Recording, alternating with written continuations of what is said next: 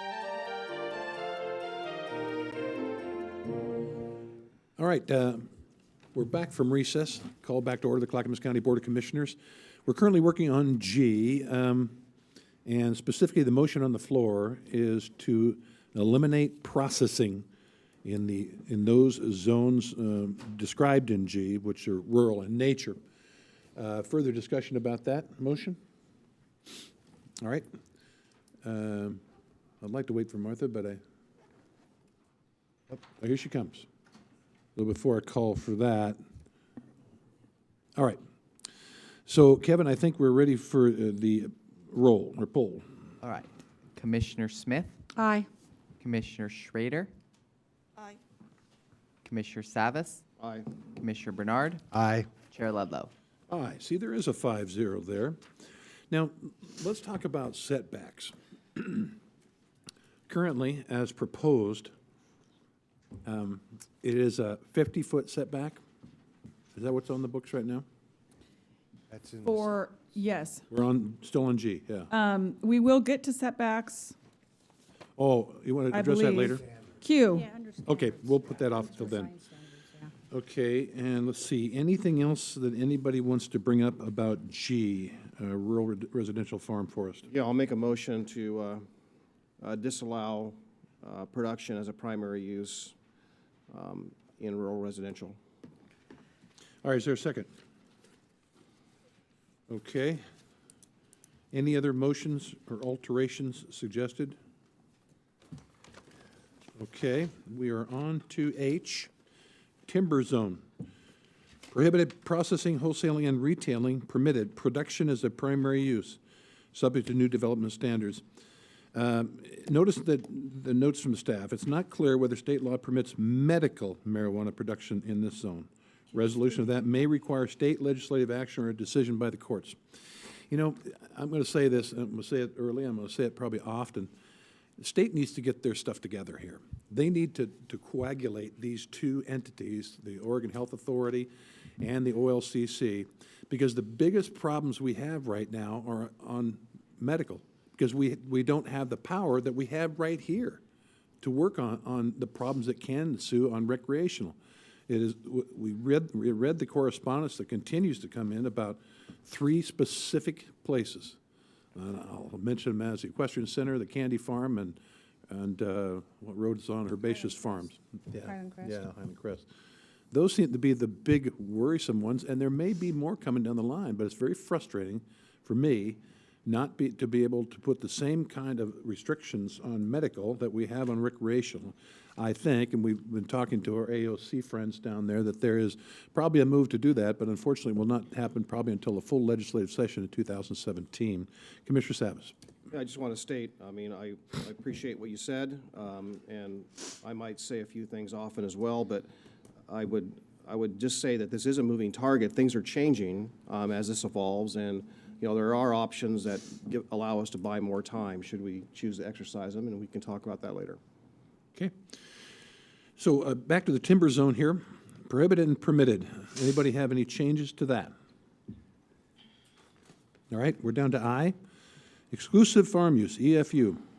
Prohibit wholesaling and retailing and permit production and processing as primary uses subject to new development standards and existing small-scale agricultural processing standards. Again, staff says it's not clear whether state law permits medical marijuana production and processing in these zones.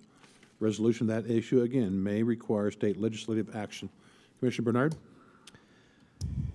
So, you know, I'm pretty good with this one as it now stands. I think when we get to the standards is when most of the debate will occur.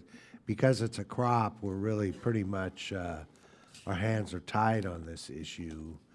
But as far as our standards give us more opportunity to regulate what we think is important. So I'm good with moving forward on I. Commissioner Savas? So a question for, I believe, Nate, and that is that while 3,400 declares it a crop, does 34 actually allow us to not allow it on EFU? Prohibit.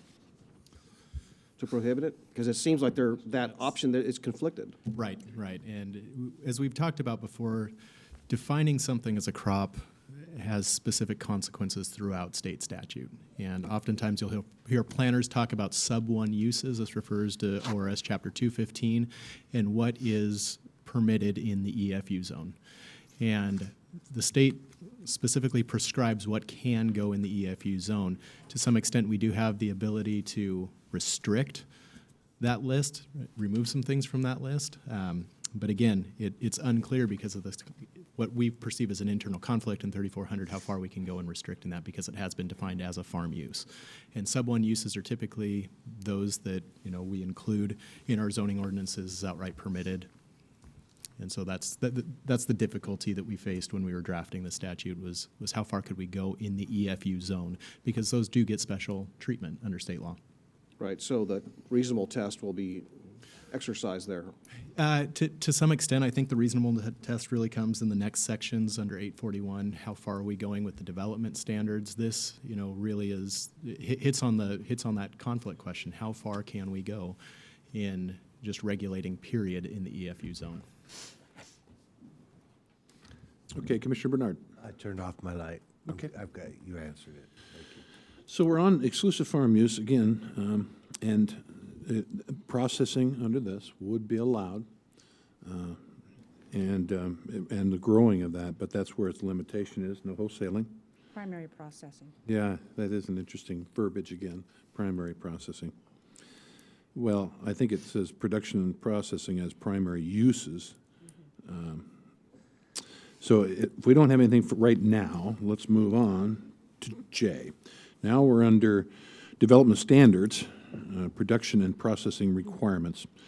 So under J, ZDO sections 841, if access is off a private road or easement, must get agreement from the other property owners with access rights. So this standard is applied to level 2 and level 3 home occupations under the ZDO. So that's currently. Yeah, it's just sort of some context about where we got this standard. It applies in this other context in the zoning ordinance as well, certain types of home occupations. It could even be deemed reasonable because of that, but we'll see. Commissioner Smith. So does this go backward in time? Is there any such thing as if there is a marijuana facility in a certain area on a private road, speculation, and we pass this, can it go back in time and regulate? Not if they were lawfully established, which But is if they were if they were unlawfully, not lawfully established, if they do not have what is called a nonconforming use, which has to be determined based on the specific circumstances, but if they don't have a nonconforming use, then yes, they would have to comply. okay, does that apply to medical?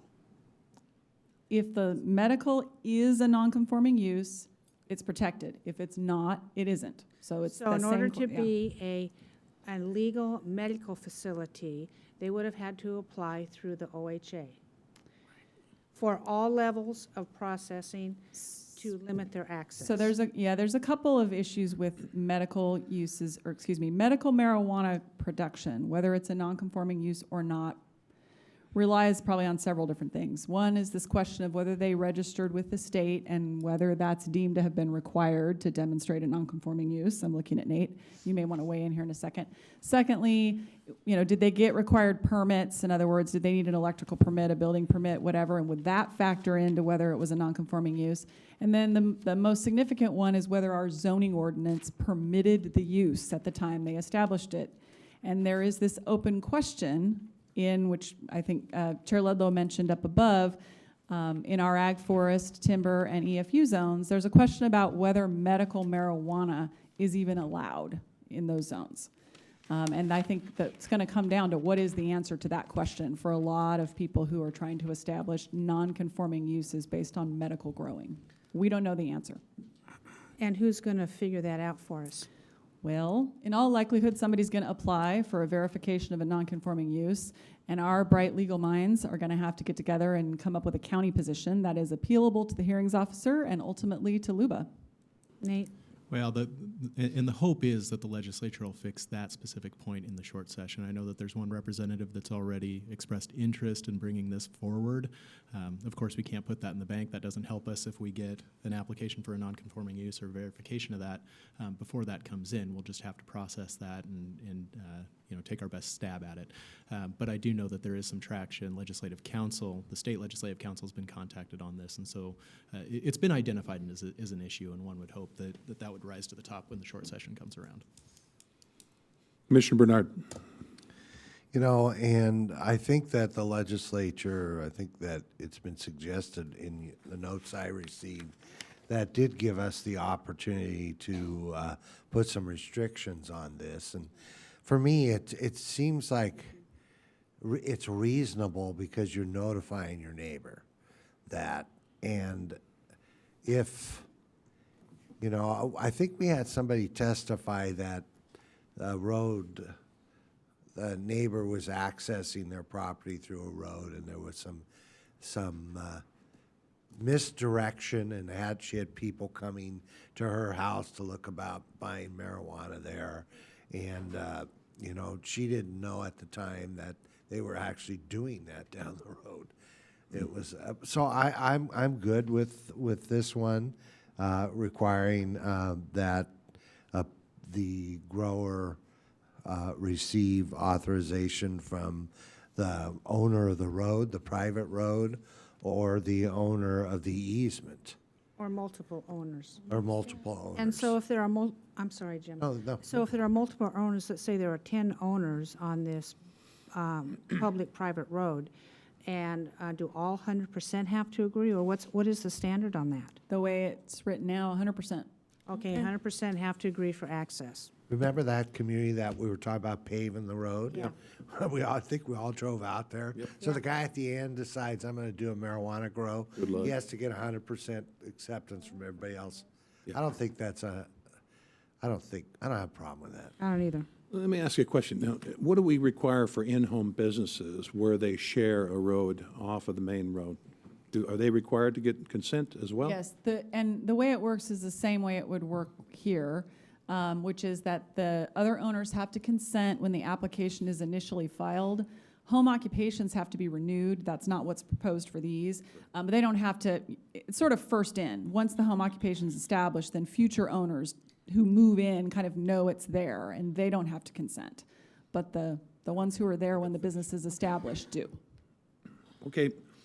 It says, it says if access is off a private road or easement. Now, the problem is that, let's say I have 10 acres, and I put an access road on my property. That is a private road. It's not shared with anybody, but it's a private road. So it says if access is off a private road, it's my road. Right, and this is just a summary, so the specific language is clear that if it's it's exclusively for you, then the provision doesn't apply. So in the event, as often happens out there, in the event this private road is solely on one person's property, but they give easement, non-exclusive, easement to 3 other people on their own road, tell me about that. Still the case that everyone who has access rights, it's really not who owns the road, the actual strip of land, it's who's using it for access. And so it's frequently the case that a private road may have 4, 5, 8, 10 people on it, but the actual strip of land, the fee title, is owned by one person. All of them have to consent because it's a joint access, and potentially they're all maintaining it, and that's the way it's written. Could change it. Commissioner Smith. And I want to clarify yet again, I know I'm redundant, this is for medical and recreational? Anybody who is establishing one of these uses after these provisions take effect. Okay, because there is a situation in Clackamas County right now with, you guys know about it, and it's quite troublesome to the neighbors. And I would think practically 100% of the neighbors would not agree that, if I'm reading it right. But, so I'm really happy for this clarification. So yeah, it's in that particular case, it's going to come down to whether they do or do not have a nonconforming use. because they are there already, and we don't have regulations, but we don't know if they're lawfully there, and that's what's gonna have to be determined. Lovely. So, Commissioners, you want to change anything in J? Otherwise, we're working down to K. Lighting. Inside lights not visible outside a building 7 p.m. to 7 a.m. Outdoor grow lights not used 7 p.m., 7 a.m. Other outdoor lights not spill onto adjacent lots. Anybody? Well, I think that's kind of standard for any type of business. That you don't spill on, your lights don't spill. I had to install lighting on my parking lot in my business in Molalla, and I had to have specially designed lights so they don't spill. I think that's probably an industry standard. I don't have a problem with that. So the clarification I think I need is that this is inside lights not visible, but it doesn't preclude somebody from having security lights outside. Is that correct? Right, so that's the third piece. You've got the grow lights are regulated based on hours. And then any other lighting, so that's the security lighting, it can be on 24 hours a day, but it has to, the light should be on your property, not the neighbor's. Yeah. The outside lights. Well, I've often had to fly in, red eye, and it's amazing, way out in the country, there is always a single light, it seems like, on those rural farms, so Sure. there's going to be light there. Yes, Jim, and did that you have would be something more? allowed. well, I mean, on one of my buildings on my ranch, my light was there, probably been there. Those things burn forever. Certainly spills out into the street and spills out into across the street in the neighbor, but it's not a grow light. And this thing actually says grow lights, the word grow. So my light wouldn't be regulated or any other light on my property because I'm not growing something. We don't have general restrictions on rural lighting in Clackamas County. This Yeah. would be specific to these uses. So I thought that you just answered John with it's spelling any light. For a marijuana grow operation, yes. The proposal is to regulate both their grow lights and their other lights because of the expectation they may have a whole lot more security lighting than the average person. So that was the rationale. They would have two standards, one for grow lights, one for all of their other exterior lights. That is not uniformly applied in rural Clackamas County. It would be specific to marijuana uses. So tell me about that said limitation. So mean- the grow lights have hours, 7 to 7. I'm not talking about the grow lights. The other lights can be outside on lights. 24 hours a day, but they can't spill onto the neighbor's property. So you're lighting your own land. You're not shining in the neighbor's window or their backyard or whatever with these So lights. security light, Correct. that's a lot of people already have out there currently, and they spill onto adjacent property. But security lights on marijuana facilities cannot go onto other people's property. Correct. How do you limit As that, for this is goodness drafted. sakes? How do you Well, limit it'd that? be an enforcement question, just the same as anything else would be. It would be a condition of approval applied to the permit, and if there's a complaint, you have to verify. So there's a farmer out there, or somebody who doesn't farm but lives in the rural area. And right now, they can have 1, 2, 5, or even 10 exterior lights. Yet we tell the marijuana people, you can't have that when it spills onto a neighbor's property. And I don't know what spill means, by the way, because visible seems to be spill. The light itself would actually have to be cast onto the neighbor's property, not that you can see it by looking out your window, but that Can- it's actually casting light on your site. Can I say something? PGE and other lighting manufacturers design lights to go straight down. Right. So they do not cast a spill. That's what I had to install in my parking lot. So when I say industry standard, it's also a manufacturing standard to keep up with zoning ordinance, I was assuming. Yeah, it applies typically in commercial and industrial zones. We have standards that relate to lighting. We do not regulate residential or farm lighting currently in Clackamas County. This would be different. Commissioner Bernard? And what your concern is that you're not regulating, but now you're gonna tell the marijuana folks, yeah, we're gonna regulate yours. But, I mean, couldn't we apply this to any future lighting? And we would regulate those kind of light? I mean, my light is only up there because it was up there when I moved there. But when I change it, it will be different.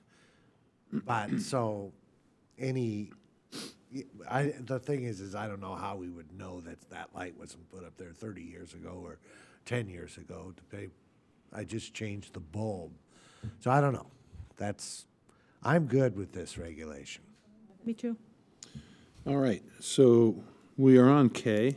Chair. Oh, I'm sorry, Commissioner Savas, yes. I want to just say that I think that, illuminating or light pollution is different than directing light or spillage. And spillage, I think, was defined to me in a street lighting district that we formed here a few years ago in my neighborhood as if it creates a shadow on your property, it's spilling, okay? If it really doesn't create a shadow, and that's a simplified explanation. I don't know if that's what they mean by the word spill, the definition. But if you have lights that point up at the sky, for instance, and they, somewhat illuminate the sky, but they're not directed at your house, that's not spillage. It's really whether it's directed at your home. So I think that is I'll support that, but assuming that my definition is roughly correct. So we don't define spill in the zoning ordinance. If you would like to have more specific language, we can. Again, this is just a summary in your worksheet. What the provision says is light cast by exterior light fixtures other than marijuana grow lights, for example, security lights, driveway lights, shall not spill onto adjacent lots. So I think it's the light itself and whether that is actually on the other person's property. That is the way I believe we would interpret it, but we can refine that any way you would prefer. Commissioner Bernard? Well, Wilsonville has a dark sky one, too. If you're going to have a lot of grow facilities and security lights, you also don't want them up. So that, what we look at out the window every night is the sky and the beauty of the stars, the universe we live in. Why not also restrict these to dark sky lighting at the same time? As you wish. You got a motion got a specific to Yeah, that? so I would move that inside lights not be visible outside a building 7 p.m. to 7 a.m. Outdoor grow lights not used 8 p.m. to 7 a.m. Other outdoor lighting shall not spill into adjacent lots, and a dark sky lighting, I don't know what you call those bulbs, a dark sky light also be required. Something like that. All right, is there a second? Second. Wilsonville has. Commissioner Bernard with the motion, Commissioner Smith with a second. Go Sorry. ahead. Wilsonville has that in Villebois, where I lived, and in many of the roads. And I think it's really important that we don't want to light up all our fields with the sky when it's a simple thing. And that is also a shield that you just put on the top so that it doesn't go up. Further discussion on the dark night sky lighting? I don't know what we would call this thing. All right. I'm going to vote against this because this isn't Villebois. This is out in the country. And so I doubt that's going to seriously affect, the lights are not going to seriously affect. And again, there's plenty of residences out there right now with night lights that they leave on all the time. And a lot of that light goes up too. So I don't see that as a problem currently. So are we ready for the question? Kevin? Okay, Commissioner Schrader, Aye. Commissioner Savas, Aye. Commissioner Bernard, Aye. Commissioner Smith, Aye. Chair Ludlow. No, passes 4-1. All right, now we are to noise. And under noise, it says the applicant must submit noise study that HVAC equipment will not produce noise that exceeds 50 decibels at the lot line. They added that the board may wish to add generators to the list of equipment that must comply with the noise standard. Now, let's say that there's a residence currently on this property.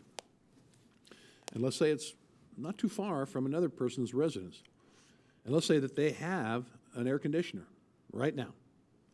Now, incidental to that, they happen to be growing marijuana, and that equipment is, that might make noise is listed. But what happens to their own HVAC equipment for the house. That would remain unregulated. I mean, we're just talking about applying standards to the marijuana production and marijuana processing only. Now, you have a list of some equipment. You say that generators should be added. Would it be better to say noise made by man-made objects? Do we have to get that broad? I think the only concern we have is that, because they're gonna have to submit a study up front, that we probably have to have some parameters about what it is they're studying. So for instance, we had some concerns about, so an employee has a boombox out there and they're playing it and it exceeds 50.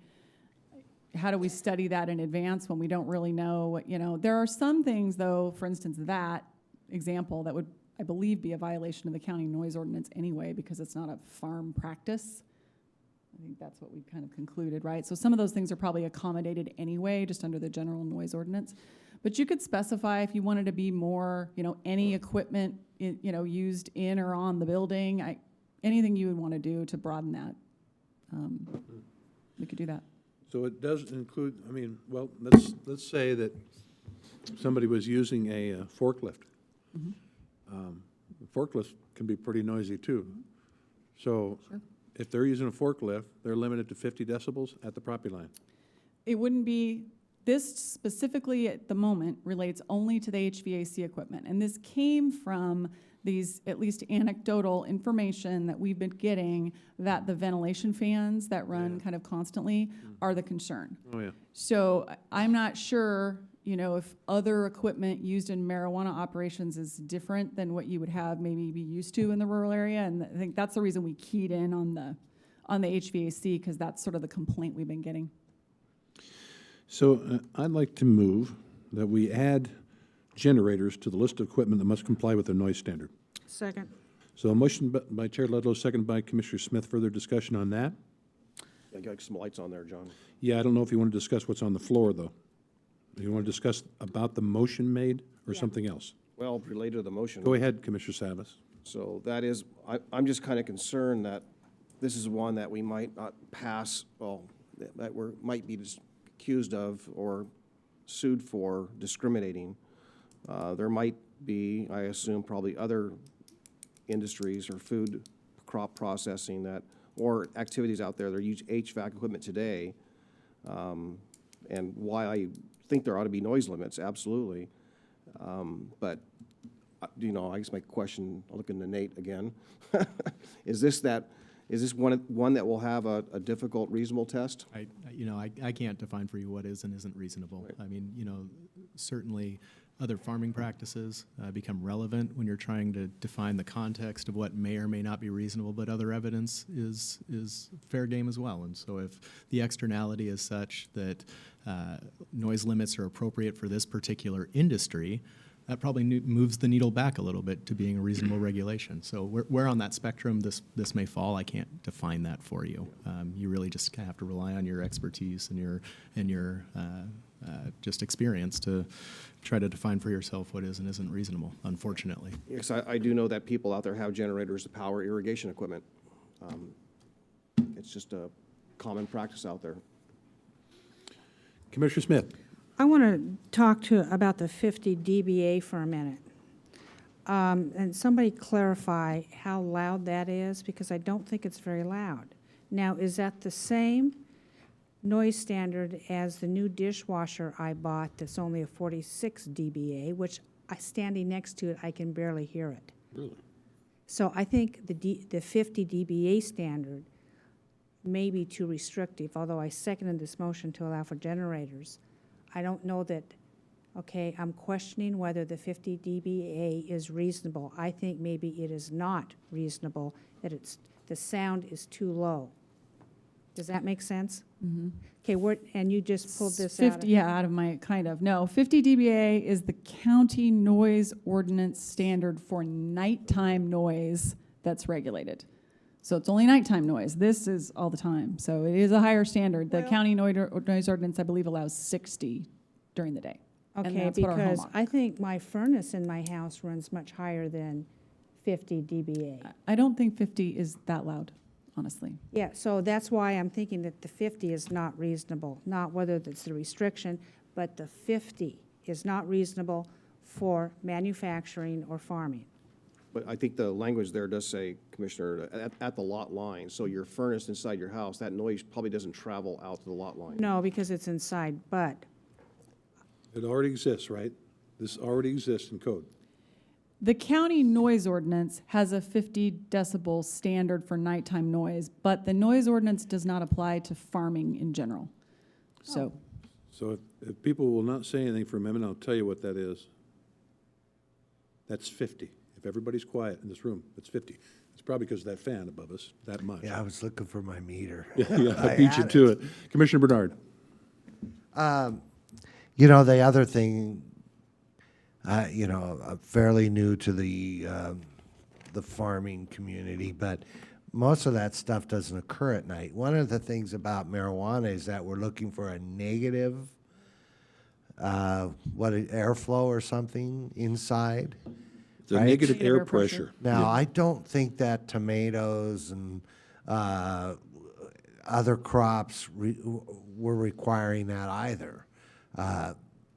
This is you know, somebody could say, well, you don't regulate my tomatoes, but those fans are not going all night in tomato facilities because they're not trying to reach that negative flow thing. And and there are a number of greenhouses in my area, and I've never noticed. it's because you're deaf. Well, huh? I've never really noticed that, but I've driven by some of these other facilities, the marijuana ones, where they're very, very loud at the property line. Commissioner Smith. Well, you're right, you know, the fans in the greenhouses are loud. When you talk about agricultural use at night, grass seed farmers harvest their grass seed at night. Some berry pickers, because we used to do it on a machine, and the machine was really loud. So there is some of that.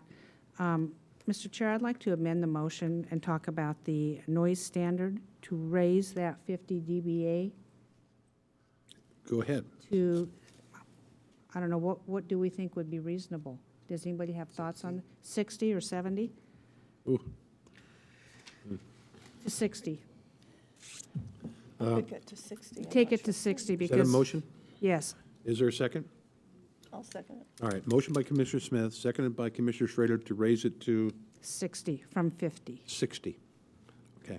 You know, I could probably support that if it was between 7 a.m. and 7 p.m. at night, or in the daytime, but to make it quieter, but honoring the nighttime hour piece is what I think is valuable there to keep it quieter.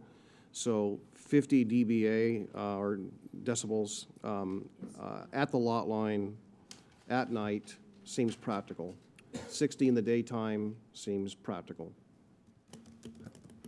But 60 at nighttime, I think we ought to hold the line on that. Commissioner Bernard? And I assume these things cycle on and off depending upon the temperature in the structure. My heat pump is extremely loud. I know my neighbors can hear it 150 feet away. And my understanding is that these fans would cycle on and off. I assume that. And I think 60 is reasonable. We just did a test with your decimal meter. I don't have mine, but we could test it out here right now if somebody'd like to talk 60. Well, I'm not sure. I'll ask Jennifer this question, and that is that if I read the regulations somewhere in all of this, that it was proposed to keep a negative pressure in the room all the time. So that means there wouldn't be any cycling off and on. There'd be in any order to keep negative pressure, the fan's got to stay on, because within seconds of turning the fan off, there's no longer negative pressure. I think that's accurate. It's just ambient pressure at that And, time. and there's other issues too, even without the negative air pressure. My understanding, the ventilation is partly to do with just the plants themselves, that they're running ventilation for the actual growing in some cases also. But I don't pretend to be an expert on all of those processes. So getting back to the motion, what is the motion? Because the Chair Ludlow had the motion about adding generators, and then we went from generators to decibels. Yeah, we didn't vote on that generator. And so Well, I what wanted- is the What's the standing motion? motion? Well, I wanted to amend his original motion to add the generators and then take the 50 to a 60. Well, I think we have to do them separately because I don't agree with that. In fact, are we ready to vote on the generator part, which is still on the floor? Kevin? Okay. Commissioner Savas, Aye. Commissioner Bernard, Aye. Commissioner Smith, Aye. Commissioner Schrader, Aye. Chair Ludlow. Aye. Passes 5-0. Now, Tootie, restate your motion, please. Oh. And differentiate whether it's night, day, et cetera, please. Well, okay, it doesn't say night or day in our staff recommendation, though. It says, and I'll read it, applicant must submit noise study that the HVAC equipment will not produce noise that exceeds 50 dBA at the lot line. It does not say whether that is at night or day in our original, Does the actual text It's differentiate? 50 all the time. okay. All right. Okay, I would like to amend that to read not to exceed 60 at the lot line at all times. All right. So you made the motion, and then I believe Commissioner Schrader seconded that. You still on for that? Yep. All right, further discussion on raising it to 60. I could turn on my magic thing and, I could ahead. hum and get to 60, I guess. But, right now, we had a lot of people testifying that these essentially aircraft engines at the end of these long greenhouses were producing an inordinately large amount of sound. And I'm sensitive to that, and I like the 50 like it is, so I'll probably not be voting to raise that. Commissioner Bernard? That's too, oh,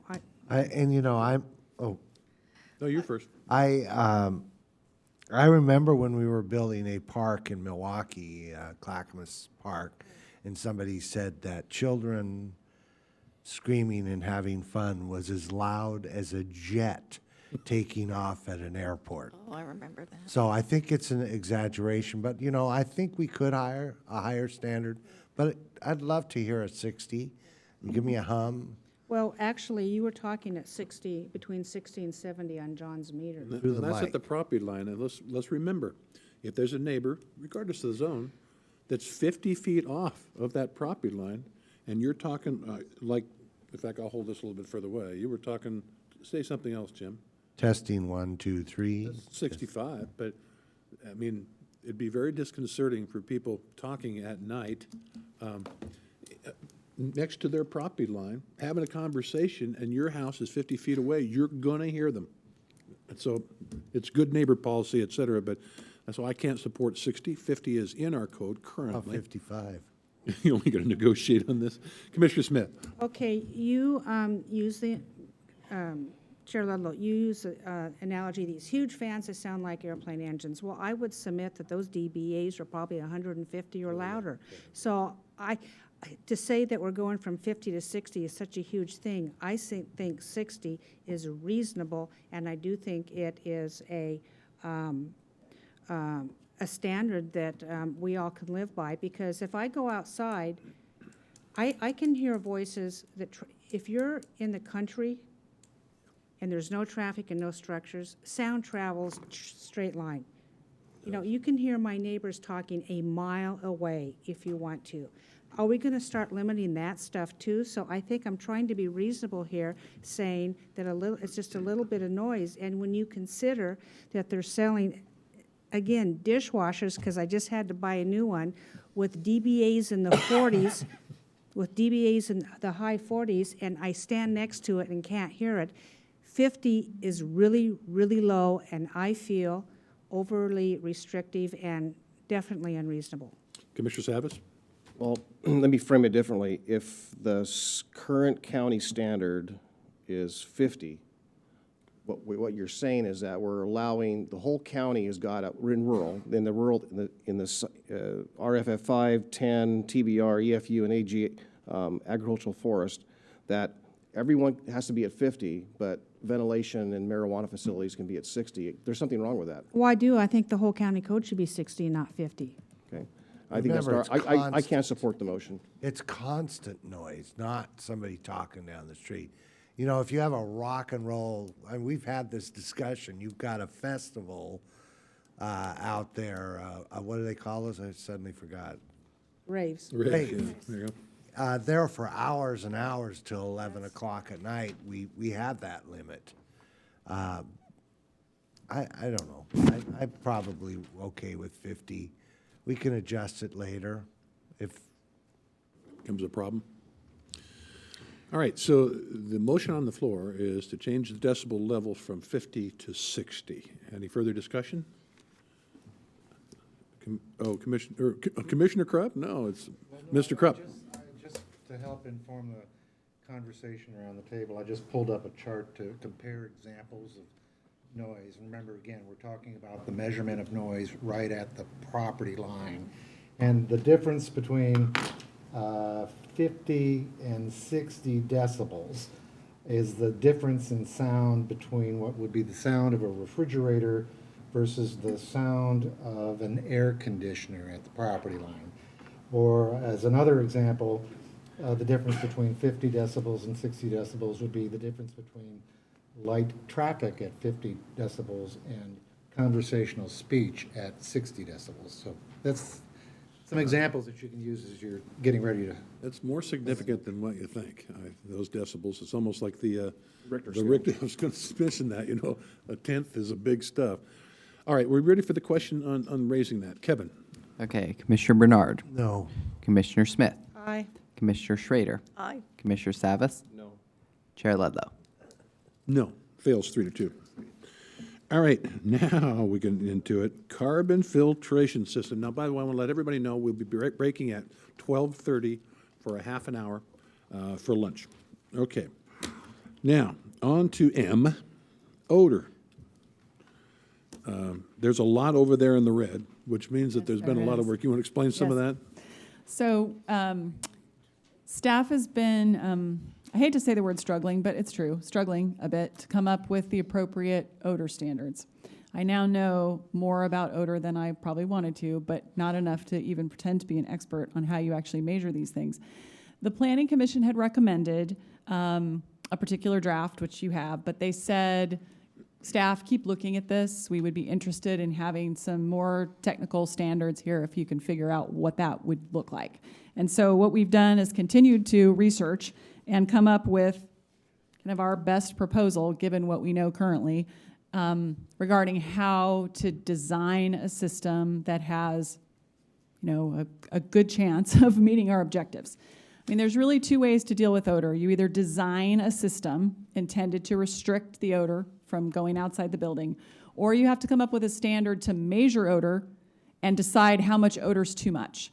And it became very clear to me very quickly that we do not currently have the capacity, either in terms of training, equipment, you know, just general understanding, to come up with an odor standard and then purchase equipment and train people or send it to a lab, you know, to go out and figure out, are you emitting too much odor and how much odor is too much anyway?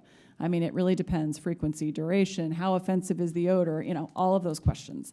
It's a big undertaking. I understood that you actually looked up stinkometers or Yes, something. I did. They're called odorometers or centometers, and they exist. And I learned something new.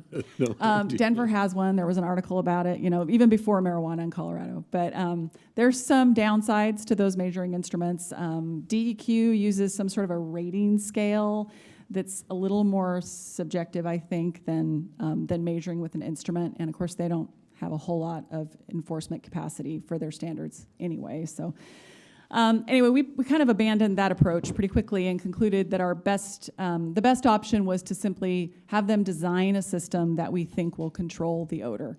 And so activated carbon filters, a requirement to change those filters a minimum of once every 365 days, all air being exhausted through going out of the building through an exhaust vent has to pass through the activated carbon filter first.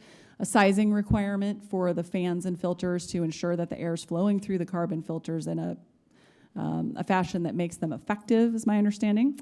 The negative pressure, which is intended to prevent leakage. So, you know, you're trying to force all your air through your filter and out the vent, but your building's not going to be tight as a drum in most cases. So what you're trying to do is prevent things from leaking, you know, around the outlets, under the door. That's what the negative pressure does. But the bottom line is, we don't have the in-house capacity to analyze their plan and determine if they meet the standard or they don't. So at its most basic, we're saying you're gonna have to get a mechanical engineer to design your system and stamp this plan and tell us that it meets our minimum technical specifications. I think that, the question that rises at what point in time is it a nuisance, a smell nuisance? And that's so subjective because everybody has different sensitivities. Yes. I mean, Commissioner Savas mentioned when we went out to that medical marijuana facility, when we got out of the van, I didn't smell a thing. And my wife accuses me of having too good of a smell. I didn't hear a thing. And then I only smelled it when the doors were open. And as I approached that door, then I started to smell it. But some people can smell it further away. And so I don't know how you really regulate that thing. I appreciate where it says negative air pressure, because the way it was explained to me by a marijuana grower is that is a necessity to keep that in and circulate again through the filter versus letting it leak out of a variety of different mini holes somewhere. Commissioner Bernard. Well, I don't have a problem with this. I like what you've done. I assume that there are engineers that for a reasonable price can engineer a plan that works. I have a little tiny greenhouse. I'm not growing marijuana in it. And it has a fan, which I haven't wired yet, but I'll bet you that fan probably easily creates negative pressure, I would guess. So I'm good with this. I think the issue is going to come a little bit further down this list when we talk about outdoor grows. Obviously, that's going to be an issue. But the other thing is you don't build a freeway for a 5-minute traffic jam once a week. If we're talking about a marijuana grow, it doesn't get really stinky until it's blossoming, and we can't put a huge burden on those folks for something that occurs for 2 or 3 weeks. Now, if you get to some grows, you can grow year-around. You start a plant, you process it, and it goes year-round. That's a different story. But outdoors, it isn't. It isn't like you can continue to grow throughout the season outdoor. So I think I like what you've done. I think it's a good approach and something that I would support. So I'm willing to move on to the next issue. Commissioner Savas. Well, I appreciate Jennifer's explanation and kind of explaining the conundrum there as well, without a standard. And I know that there's different types of strains of cannabis that is very pungent, and other strains that are, don't have that anywhere near as pungent. So, I don't know the answer. I'm not an engineer with any expertise in this area, but I do know that things like air conditioners and processors for temperature, for example, they reduce. There might be a temperature drop. So you have an air conditioner, and say there'll be a 40-degree drop between the ambient temperature and the net output. So if it's a very pungent grow and the carbon filter is only reduced to a certain level, it could be twice a level, perhaps, I don't know, of maybe a less odorous strain of cannabis. So I think without a standard, it'd be very difficult to, even for an engineer to say, well, geez, what plant or what standard are you going to be using, or the engineer uses to say, it's effective or not, when some of these plants don't smell that bad. Yeah, and I think at its most basic level, that's kind of we've said you have to do this to filter the air and to prevent the leakage, but we have not attempted to specify how bad can it smell outside the building, because we honestly don't know. And I spoke to somebody who works for a filter manufacturing company that manufactures activated carbon filters, and try to get at this. Is there an efficiency rating on these things, like there may be with some other kinds of filters? And the answer was no. Like, we know we have great technology, was sort of his, of course, opinion. And I said, well, I can't legislate that they buy their filter from you, but we don't have a standard that says, it filters 99.7% like you might on a HEPA filter or something. So I kind of ran up against a dead end on trying to legislate the best kind of filter you could find. Commissioner Smith? I'd like to make a motion. Certainly. I move we approve the staff recommendations written in red, labeled 1 through 7. Now, remember what they said at the beginning. The motion said with staff Yeah. recommendations, so it already is in. Okay, then. Never mind. Okay? Commissioner Schrader, did you have anything to say? I was just going to say, essentially, we're just in unknown territory with this, so my suggestion would be move ahead, at least with these pieces right now. And this is going to be further defined as this whole thing moves forward, so. All right, ladies and gentlemen, we are done with M. We're down to N, which is security cameras. I'm good with There's that. no vote, there wasn't a vote necessary. So security cameras, if used, must direct only to subject property and public right-of-ways except as otherwise, required otherwise by the state. Now, this came up because of a particular gentleman in the audience, actually, and he didn't like that camera panning over into his living room, and I know where his living room is. It's facing that, so it must be a bit disconcerting to see that thing swinging all over the place, including into their room. So, Commissioner Smith.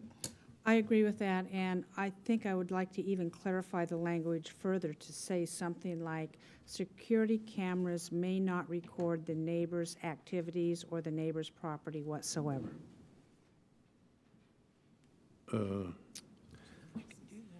Well, Yeah.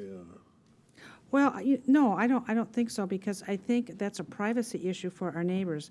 So the marijuana grow has cameras because for security. Okay, and we're allowing this in EFU and timber where people live out in the country so they can have their privacy. I don't think that the cameras should be allowed to record other people's activities on their own land. And I think the cameras need to be adjusted as such to make sure that doesn't happen. Now, what it says is, if used, must direct only to the subject property and public right-of-ways. I just So don't that think. would be there. Yeah, I know, I just don't think that language is strong enough. I think you need to delineate and say, will not record the neighbor's activities or property. Mr. Bodeman? I just want to bring up something that is found in the OLCC regulations. You'll notice at the end of what we've Get proposed. the microphone a little bit more. Sure. A little hard. What we've proposed under the security camera standard also includes an exception for those activities that are otherwise required by the state. Because OLCC does have very specific security requirements for what is required to be captured by their security cameras. And so one thing staff was trying to be sensitive of was not casting the net so broad as to prohibit something in the local ordinance that might be required by OLCC. So one of those, I guess just an illustration, might be a shared access driveway, because OLCC does require that all security camera or all points of ingress egress be recorded. And so if the ingress egress is on a neighbor's property, we didn't want to restrict that at the local level when they might be required at the state to be recording that. So that was what staff was trying to be sensitive of there, and why the exception for otherwise required of the state appears in our proposed regulations. Commissioner Savas? So the word must. I mean, I just kind of look at that. If you just take the word must out, if used, direct only to subject property and public rights of way. I mean, the word must, you could mingle that with may. I mean, does it start changing the definition of public rights of way? My concern is the public rights of way. I don't have a concern about the subject property. But just from a grammatical standpoint, does it change the meaning? Well, Yes. the term must doesn't appear in the actual text of what we're proposing. That's just the summary. On the summary sheet, Jennifer, can you read the? So the language as drafted, The language as drafted, if security cameras are used, they shall be directed to record only the subject property and public rights of way, except as required to comply with licensing requirements of the OLCC or registration requirements of the OHA. I think I don't know if that's that what, resolves the concern, but that's the actual language. that's what- You know, having written a lot of real estate contracts, must and shall are very much alike. But Required. may is not in the mix. May is If it's permissive, must yes. or shall, that means you will. So I think that's definitive enough, it's strong. Well, my language. concern are we actually saying that they must record or be directed at public rights of way? I see what you're saying. So it's almost like we need language that says, well, we're not going to make you record the road. We're just not going to let you record anything other than that. Right. We could refine that to, 'cause I do see your point. We could refine that, just to make it clear we're not mandating that you record the road. We're just not going to prevent you from Right, doing right. it. So do we need a motion to have staff make that change? Well, let's see if we can get some verbiage out of staff since they're so, Or come back after lunch? Well, What's the change? I think it's as simple as just saying if security cameras on the property are used, they shall be directed. Or does that get at your concern? Well, the question is that shall they have to record the I public think rights of actually- way if it's Maybe in unnecessary? this case, we could change it to may. I mean, we would say they may record only this and this, which I think means we're not requiring you to record those things, but we're not letting you require anything else with the use of the word You only. understand my concern? I Yeah. think that does it. Well, Commissioner Smith? That would make the language permissive, and I do not support permissive language, okay? Because we had this debate, believe it or not, when I was in the legislature. We had legislative counsel come in and define for us the difference between shall and may, and in law, there's a definitive difference, right, Nate? There is. So I do not support may. I would, must is the same as shall. If we add may in there, it makes the language permissive and flexible, and I don't want to be flexible on security cameras. I want them to record only their own property. Well, but the language there, and I get that, I don't have a problem with what you're saying as far as their own property. It's the public rights of way. I think that's a kind of a hardship if it's really unnecessary that you require them, that they must direct it to public rights of way when it may not even be applicable. So Okay. it could be worded to say, if used, must direct only to subject property and may be directed to public rights of way where applicable. That would be Commissioner fine. Bernard? I think I'm good with that. That makes sense. I was going to make some suggestion similar to that, so I'm good to. What about you, Commissioner Smith? So moved. Well, if the OLCC. Well, hold on. already There's a got a motion kind of here. On this particular situation, let's be specific about what is so moved. So what is your motion? To change the language to, if used, must direct only to the subject property and may be directed to public rights of way as applicable. Is there a second? Second. All right, motion by Commissioner Savas, second by Commissioner Bernard. Commissioner Smith? If what Jennifer says is true, the OLCC has already put rules saying that we may have to record public rights of way, Oh, then egress. Sorry. we need to break. No, we're going to go till 12:30, ladies and germs. Jennifer said, she didn't say egress. She said that the OLCC rules have defined that that cameras should be on public rights of way of traffic going in and out. So I think Nate was reading from the OLCC rules. I haven't looked at that language recently, but there is a requirement to film. It says, OLCC has some extensive requirements for videoing. And so our concern was actually more that they have to film their entrance or whatever, and it might be on private property because it might be a shared entrance. So that was what we were really concerned about. We didn't really think we were worried about whether they chose to film the public right-of-way. We were just trying to not let them film the private property owner next door unless they had to as part of their OLCC license. And in most cases, they probably would have had to get the neighbor to sign the petition anyway because the private road, it'd be a weird circumstance that they wouldn't have had to already consent to the access, so it didn't seem like a big issue. Nate, read that part again, please. So there's a couple provisions regarding required camera coverage and camera placement. That's the heading it's under the administrative rule. And I think the most relevant points here are that the OLCC requires that all points of entry to or exit from the licensed premises shall be covered, as well as within 15 feet, both inside and outside of all points of entry to and exit from the licensed premises. Okay.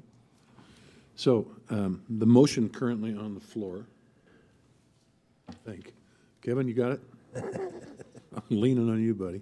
The motion currently on the floor is Commissioner Savas's motion that if used, must direct only to subject property and may record public rights of way as applicable, except as required otherwise by the state. May be directed to public rights of way, I think is what Paul wanted. Well, because, again, as Nate pointed out, I have the chapter open here because I have the OLCC rules in front of me. It's about egress. I mean, that's basically, if you were to condense all the entry, exit, outside points, so on and so forth, the language, it's basically egress, has nothing, no language about public rights of way. But it may be applicable, be. so therefore the language is made for, if applicable to those rules, then it's, Well, egress, unless it's a one-way, is also access, so we should recognize that. Personally, I think this language, as it's phrased here, and it's not exact, I understand, you reread that, is fine. You know, the idea here is that we're just trying to get people to stop filming their neighbors. Now, OLCC has particular requirements, which you've read several times, and it seems like, you know, as long as we say don't film your neighbor, that's the requirements they already have in place. And so we're going to have to live with those requirements that OLCC has laid down.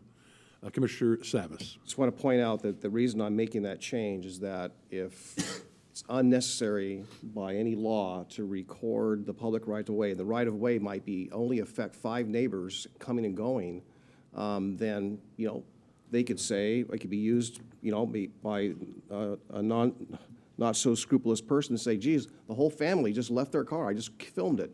You know, voila, they're not home. So therefore, you know, maybe it's a prime time to break in there. And again, the people that are not on the up and up. You know, that's why I think the public rights of way, I just have a problem with that because it's not spelled out anywhere in the OLCC rules under camera placement. I don't think it's a bad thing. Because it's a kind of a right of privacy thing at that point, especially when you're talking communities, and we are talking rural communities, by the way, neighborhoods. So let me understand again the OLCC, because let's set that scenario again. There's 5 people using a roadway off the public right-of-way. At what point along that line, getting to the marijuana operation, can the camera be located? Is it on said lane versus the right-of-way? So when we're talking about licensed premises, my recollection is that OLCC defines for production licenses, the entire property is the licensed premises. And so if OLCC's requirement is that essentially all points of ingress egress are to be filmed for the licensed premises, that would essentially be your main access point or your access to and from the Off the property right-of-way? line. No, from the property line. Okay, from the property line. So, Correct. And then also 15 feet, recording activities 15 feet coming and going from the main point of access. so when you, getting back to that scenario of 5 different operators, you know, so the access, you said the license is for the entire property. Does that include said easement to access said property? Is that Well- considered part of the license as well? Well, the premises would be to the property line, and the easement, yeah, probably isn't included as part. However, the 15 feet would Take care be of it. included as part of that because it's your access leading up to your property line. After reading all the rules here, the closest it gets off facilities, if you want to try to, is the 15 feet. That's the closest one. I mean, you can read that section maybe, and you can see that it really has nothing to do with, unless you want to stretch the 15 feet out to, you know, the access road or the driveway onto the highway or something like that. But that would be stretching it even on the 15 feet because it's about the secured and limited definition. So why do we have public right-of-way in there? I think because it didn't really occur to us that it would be a problem if the security camera, you know, if they were trying to film cars potentially entering the site, that we didn't really think that was an issue unless, but maybe it is. Maybe we don't want people filming the public right-of-way. We were concerned about protecting privacy on adjacent properties, not privacy in the public right-of-way. Yeah, but you put the public right-of-way in there, just, Yeah, it's like you can film your own property or the right-of-way, but not the neighbor's property was essentially. But I think the issue I have in looking at this is that now I see it's worded essentially sounds like the county might mandate them to film the public right-of-way, which we never intended, and we could fix that. But there's a number of ways we could rework this language depending on. I think Current motion- the does- language, Does the current motion fix that? yes. Yes, I I'm believe asking it her. does. So, Yes. Okay. Did you want to say some more? No. Read the motion, please. Okay. Commissioner Savas moved that if used, must direct only to subject property and may be directed toward public rights-of-way as applicable, except as required otherwise by the state. Are we ready for the question on this one? I think so. All right, Kevin? All right, Commissioner Smith, Aye. Commissioner Schrader, Aye. Commissioner Savas, Aye. Commissioner Bernard, Aye. Chair Ludlow. Aye, passes 5-0. There's two of those. Oh, my gosh. Okay, next, we go to waste management. Waste stored in secure receptacle in possession and under control of licensee. The OLCC adopted this standard for all recreational licensees. Now, we heard some people complaining that they were burning the stuff, and it was noxious, and it was not pleasant. Then I heard today from another commissioner that, I can't remember if it was a commissioner or a staff, we were talking about, there's a lot of people that utilize this stuff right down to the bone. Anything left over, they sell it to somebody else to process it and to extract. So that's interesting that they would utilize everything.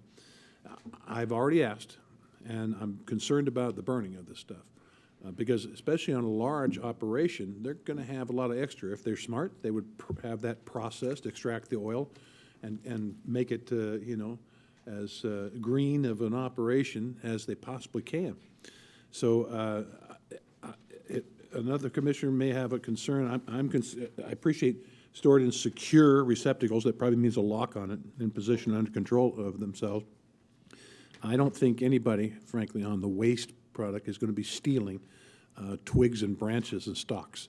I don't think it's going to happen. I mean, there's going to be a great availability of marijuana almost anywhere. So anybody have anything to change on O? All right, we're going on to P, water. Now, I brought this up before when we were talking about it, that certainly, again, as a real estate broker, I dealt with the Oregon Water Resources Department, and they have some specific rules themselves about the usage of groundwater for agricultural purposes. The additional standards or I should say, they'll submit proof of water right or a statement that the water is supplied from a public or private system, or statement from the Oregon Water Resources Department that a water right is not required. Now, did anybody ever get a definitive answer on it? We had heard at one time that each foot of marijuana plant requires a gallon a day. We took some tours, and I don't recall the exact usage of that, but is that pretty much in the ballpark? Anybody know? I don't know. Do you know, Mike? Garrett knows, but I can't ask him right now. So the point of the matter is they have to justify the water which they use. Now, we visited one of these places, a grow operation, and it was specifically in a residential area. It was RR, probably FF5, I'm pretty sure. And they had a grow operation in there, and they were using a well because there's no other place to get it. Obviously, that would be illegal without it being clarified by the Oregon Water Resources Department. Again, the OLCC adopted this standard for recreational growers, so it's already in there. We're just reiterating that, correct? Yes, and I don't know that OHA has this standard. I mean, it applies regardless, because state water law applies whether we say so or not. But this is essentially, it's kind of just puts them on notice a little bit more. Okay, anybody want to change anything on P? Otherwise, we're to Q. Rural residential districts, FF10 and RRFF5. Additional standards, structures at least 50 feet from the lot line, 5-acre minimum lot size, or 2-acre minimum if more than half of abutting lots are 2 acres or larger, entirely indoors, 5,000 square foot maximum for production, 3,000 square foot maximum for processing. Owner or licensee registrant must live on property. Now, I believe that we previously voted not to allow processing in RFF5. Right, we'll So need a that part is conforming out, amendment here, correct? Okay, so the processing part is out there. We've had a lot of correspondence about this. We certainly had some testimonies from some medical marijuana growers that this is unfair, and they have an acre and a half, and their neighbors love them, and everything's groovy. But I remember one particular person that testified said they don't grow the cannabis that gets you high, and that anybody who wants to steal it, they're not going to enjoy yourself because you're not going to get anything out of it. And I think that's one of the reasons why it didn't smell as bad to their neighbors. But but this one probably has been commented on more than anybody, and that our FF5 districts. Remembering that all of it must be indoors, 5,000 square foot maximum for production, again, that's indoors, and there won't be any processing until the 3,000 square foot maximum is eliminated on that. Anybody who wants to do any changes on those? Well, I think the 50 feet, I understand that the 50 feet clarification is under the assumption that everything's entirely indoors, right? And all those other standards we just looked at with regards to the facilities as far as the growing, filtration, carbon filtration. But I do really wonder about how you accomplish the noise and the smell issues, what's still left over, because the carbon filters do not take it all out. But the noise and the remaining odor when it's only 50 feet away, I think that's problematic. You have a motion to change it? Well, of course, I don't support that in rural residential areas, period, so I have a hard time with that, knowing that just my own experience of having one nearby 200 feet from where I reside, which I'm assuming is a personal grow, it was pretty pungent. And that was probably at least 200 feet away. But that's not an indoor grow, so I don't have that, I can't gauge that. But if I gauge getting out of the truck at that second operation, you know, the nearest neighbor at that facility was at least 200 feet away. John, I think that's, if you recall. Yeah, definitely. Commissioner Bernard? Well, I have actually concerns about fairness in this specific issue because it is a crop. 50 feet when it's a structure, right? Yes.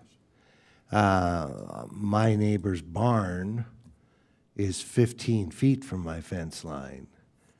I'm not suggesting that his barn stinks or has any special filtration to it, but I think that for me, I'm weighing the fairness of this when it's a farm product.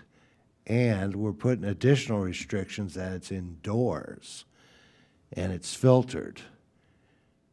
So I was thinking more like, and out of fairness, 25 feet. Well, I don't know that quality of life and fairness. I think you look at both sides of that equation. Commissioner Smith? Jennifer, what is the lot line standard for ag buildings in our code? So in the RFF5 and FF10 districts, 10 feet from rear and side property lines, 30 feet from the front. 30 feet from what? From the front, which really Oh. doesn't have much to do with No. the issue we're So it's dealing with 10 here. feet. Yeah. Yes. And that's why I'm looking at the fairness issue. My neighbor can build a building, raise pigs, or not build a building, raise pigs right up to my property line. In this case, we're restricting the size, we're restricting the airflow, we're restricting the lighting, the camera, and everything else. And the state says it's a farm product. I think that we're pushing the line with 50. Is there a motion to change? So I move we require that the structures be no closer than 25 feet to the lot line. Second. All right, motion by Commissioner Bernard, seconded by Commissioner Smith. Discussion.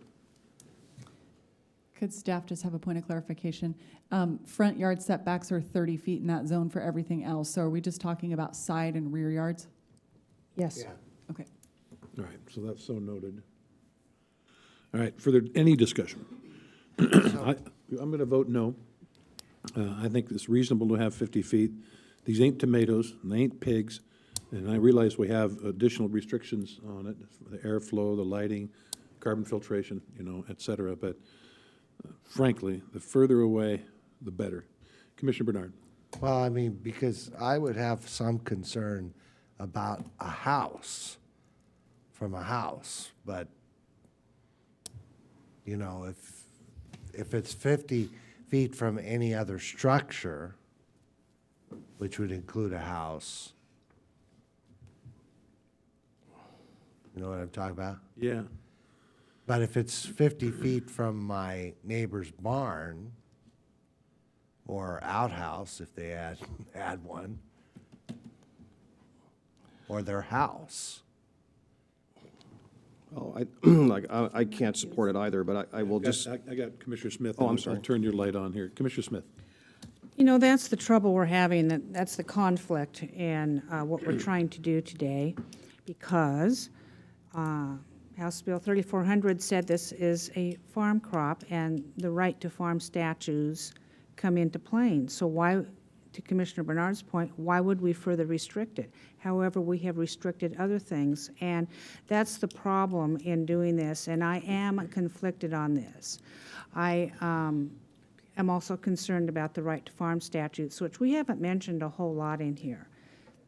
Our decisions need to be reasonable, and I guess the question is 50 feet reasonable on a farm crop when it doesn't apply to other farm crops? That's where I'm falling down. I think that's very problematic for us as we move forward in this particular rural residential district, which farming is allowed. So then why would we make it more restrictive than other farm crops? No, I don't like the smell of pigs or goats or chickens or dairy. Dairy's the worst. Have you ever, man, miles. The odor from a dairy travels miles. So whether, you know, your building is really 50 feet or 25 feet, I don't think the difference in 25 feet would exactly make a difference if it wasn't had the adequate filtration and noise. So I'm going to vote in favor of this, just because I think 25 feet is more reasonable standard than the 50 feet on the right to farm statute. Commissioner Savis? well, again, just kind of thinking about neighborhood impacts. I mean, as the bullet says there, the other second bullet, 5 acre minimum lot size or 2 acre minimum if more than half the abutting lots are 2 acres or larger. That's a lot of land. And so if someone wants to put a building that close to their neighbor, when they have, 5 acres would be 40,000, 200,000 square feet, and you're going to put it 25 feet closer, I just can't, I just don't see it. And, you know, I think we would have a problem if pork was getting $70 an ounce. But as long as that's not the case, I'm not really worried about a fairness issue. Commissioner Bernard? For sure, assuming a square lot, Right. not a skinny lot. You may have a deep lot that's only 100 feet wide. And that's, I think, what your issue is you're assuming a square lot. And so one thing you could do is that it's 50 feet from a lot line, 100 feet from a neighbor's Residents? residence. Could do something like that. Because, or 25 feet from a lot line and 100 feet from the neighbor's residence would mean it'd have to be in the back of that lot, not in the front. And that might address that. Well, the current motion on the floor is to change the setback on the back lot line and the side line to 25 feet versus 50. Are we ready for that question? Kevin? All right, Commissioner Schrader, No. Commissioner Savis, No? Commissioner Bernard, I'm just going to go with no because I don't think there's votes here, so I might as well. So I might as well go with no. Another unanimous vote. No. So I'd like to make another motion on this. You go right ahead. Lunchtime? Yeah, Yeah, 1 minute for lunchtime, no discussion. yeah, that'll work. So I move that we reduce the lot line to 50 and 100 to the nearest residence. You said No, wait a minute. Reduce the lot line, from the lot line. It's already at 50. Yeah, I know. So I'm reducing it. Well, this says the lot line. I'm suggesting we could still reduce the lot line, but restrict how close it is to a residence. That goes past the lot line. I understand that. I mean, if there's not support for this, then I'm, Hold on. Legal counsel. Well, yeah, this will be both legal counsel and planning. There was, at the Planning Commission, quite a bit of discussion about this, simply because there was a desire initially from the Planning Commission to use the impacted uses, either homes or what have you, because those are the ones that are being affected. And so, much like odor, we would like to think that we could use that as the standard, but in practice, it becomes more difficult. And Jennifer will be able to elaborate on this, but when it comes to lot lines, we know where those are at on the ground. And so it's easy to have somebody bring in a site plan, and we can see how far back 50 foot from a side yard is. Where it becomes more difficult for the planning department is where we're using adjacent properties where we may or may not know where structures are on that property, and the applicant or the property owner doesn't have the right to go on adjacent properties to know how far back those structures are located. And so it becomes a practical difficulty for the planning department that shouldn't necessarily drive your decision, but I think it should be a consideration. So Jennifer, I don't know if you want to add anything No, to that's that. exactly right. I mean, we have aerial photos, but they're not, you know, we can't promise that that's exactly right or that we know what we're looking at, and the applicant can't enter the neighbor's property, and we don't have cause to do that either. So it becomes an evidentiary problem. It's a great idea, but maybe not practical. let's move on. Okay. So unless there's any further questions about that or motions, we're gonna have lunch. So this meeting is recessed until 1:10. 1:10.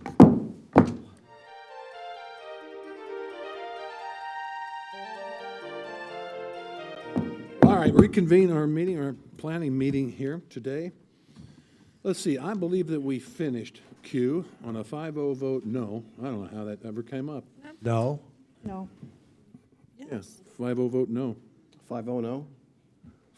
So I have something on Q, All right, go ahead. since we're still kind of sitting there. All right, One of the issues on here, and I remember talking to Mike about this, is about the 2-acre minimum.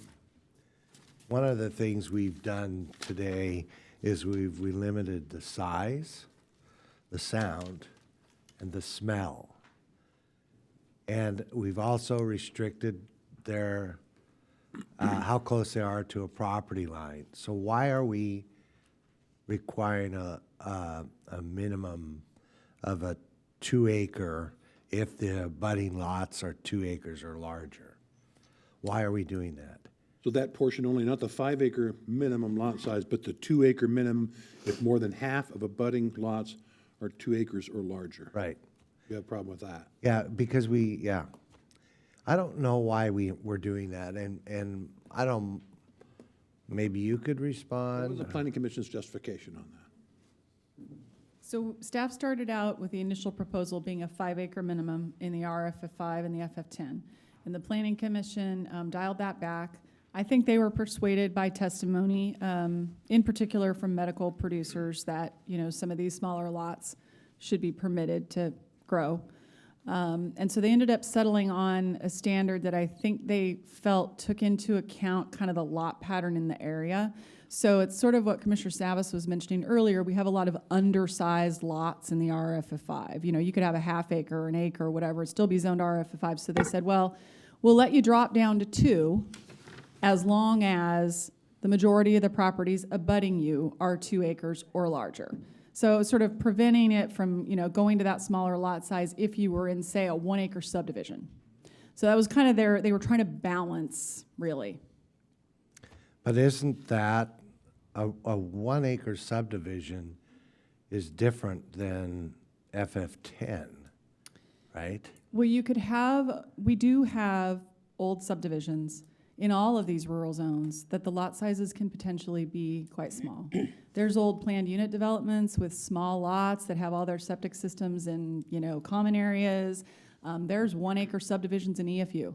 So that was the reason that they decided, you know, 2 acres was kind of what they felt the floor was, and it was consistent with not allowing it in the RA2, not allowing it in the RR, you know, sort of cutting that right at that 2 acre. But then they wanted to take into account how big are the lots around you.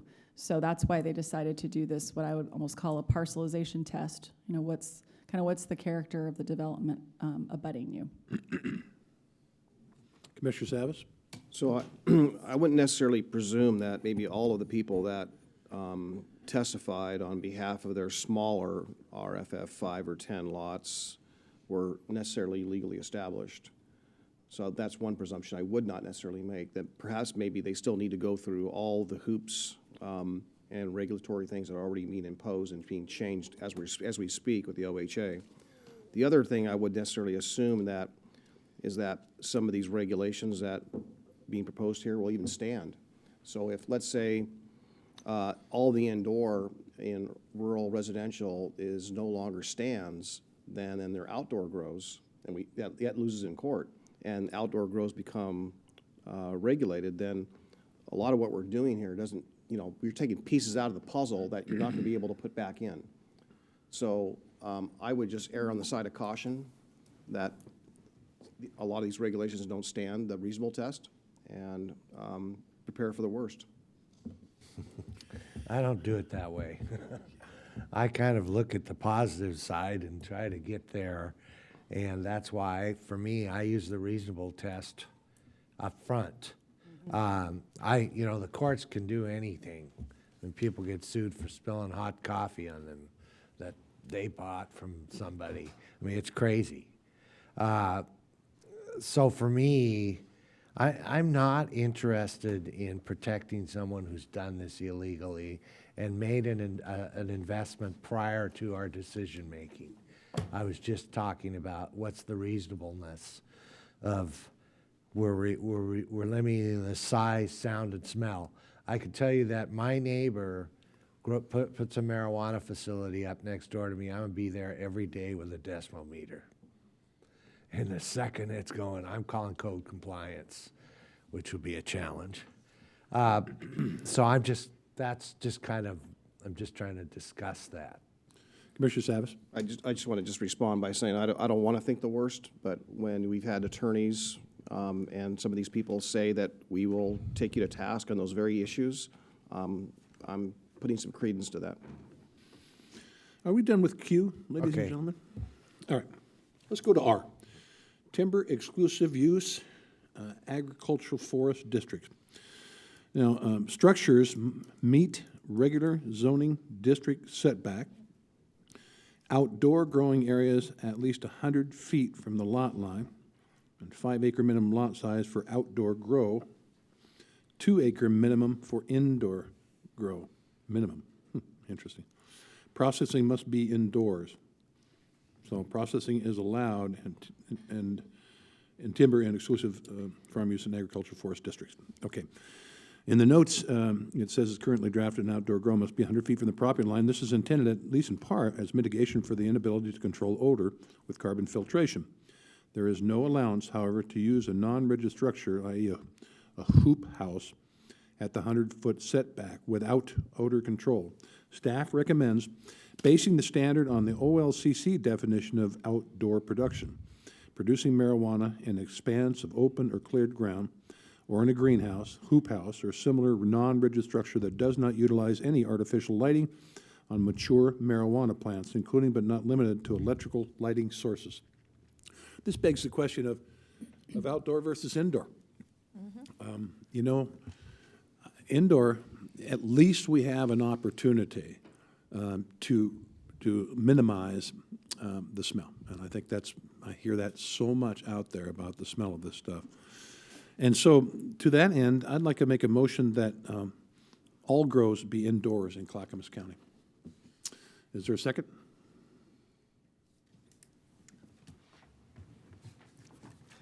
Well, I didn't wait any longer for anybody else, so that one's, Chair- yes, Chair, that's nothing lost on that. I just wanted to question, what's your reasoning for that? Solely because of the smell? It is, yeah. Like, that's just, You talk about Outdoor. how many plants are allowed, and outdoor, 40,000 square feet, that's an acre. Okay, so you say an acre, where can I place that on my property where it isn't going to be an offensive smell to my neighbor or neighbors downwind I don't think there's many places you can put something like that. You know, if people want to really maximize their growing capabilities, it would be indoor, not outdoor. So, you know, I have no problems with requiring them at least to put up a hoop house, et cetera, have the filtration system, and then they can grow all they want instead of just relying on the sunshine. Commissioner Bernard. Well, for me, you actually have a greater problem with indoor grows because you can grow year-round. With outdoor grow, you're talking about 2 or 3 weeks where there might be a smell. I mean, you got one crop. Okay, so 4 weeks, a month, whatever it is. But in an indoor grow, you actually can grow year-round. So the problem is less. And it's just like building a freeway for a 1-day traffic jam. Commissioner Smith. Well, well, I initially wanted to put all marijuana grows indoors until I started looking at the right to farm statute.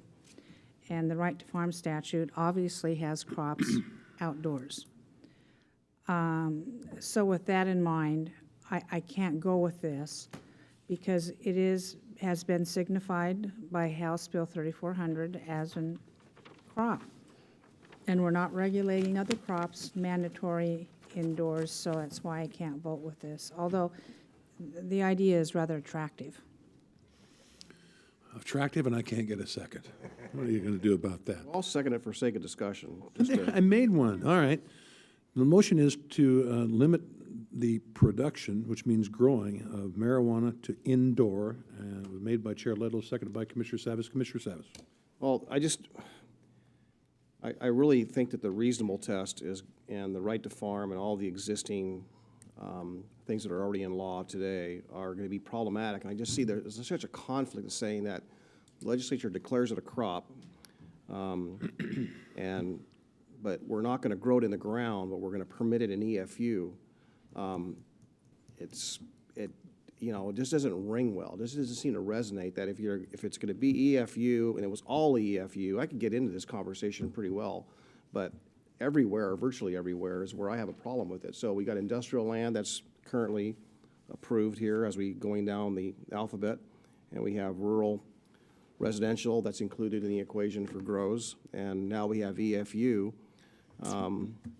And you know, I think Jim does raise a good point.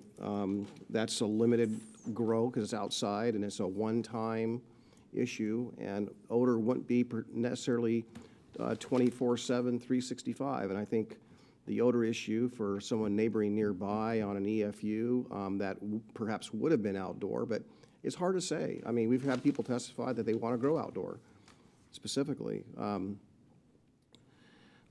So just want to add those. It doesn't seem to make sense that we're declaring it a crop, and yet on EFU, we're going to do it inside a structure. If we're going to do it in a structure, and everything's going to be in a structure, then let's find a part of the county that's acceptable to everyone and do it all in structures in some part of the county, in some zoning, and limit it to that.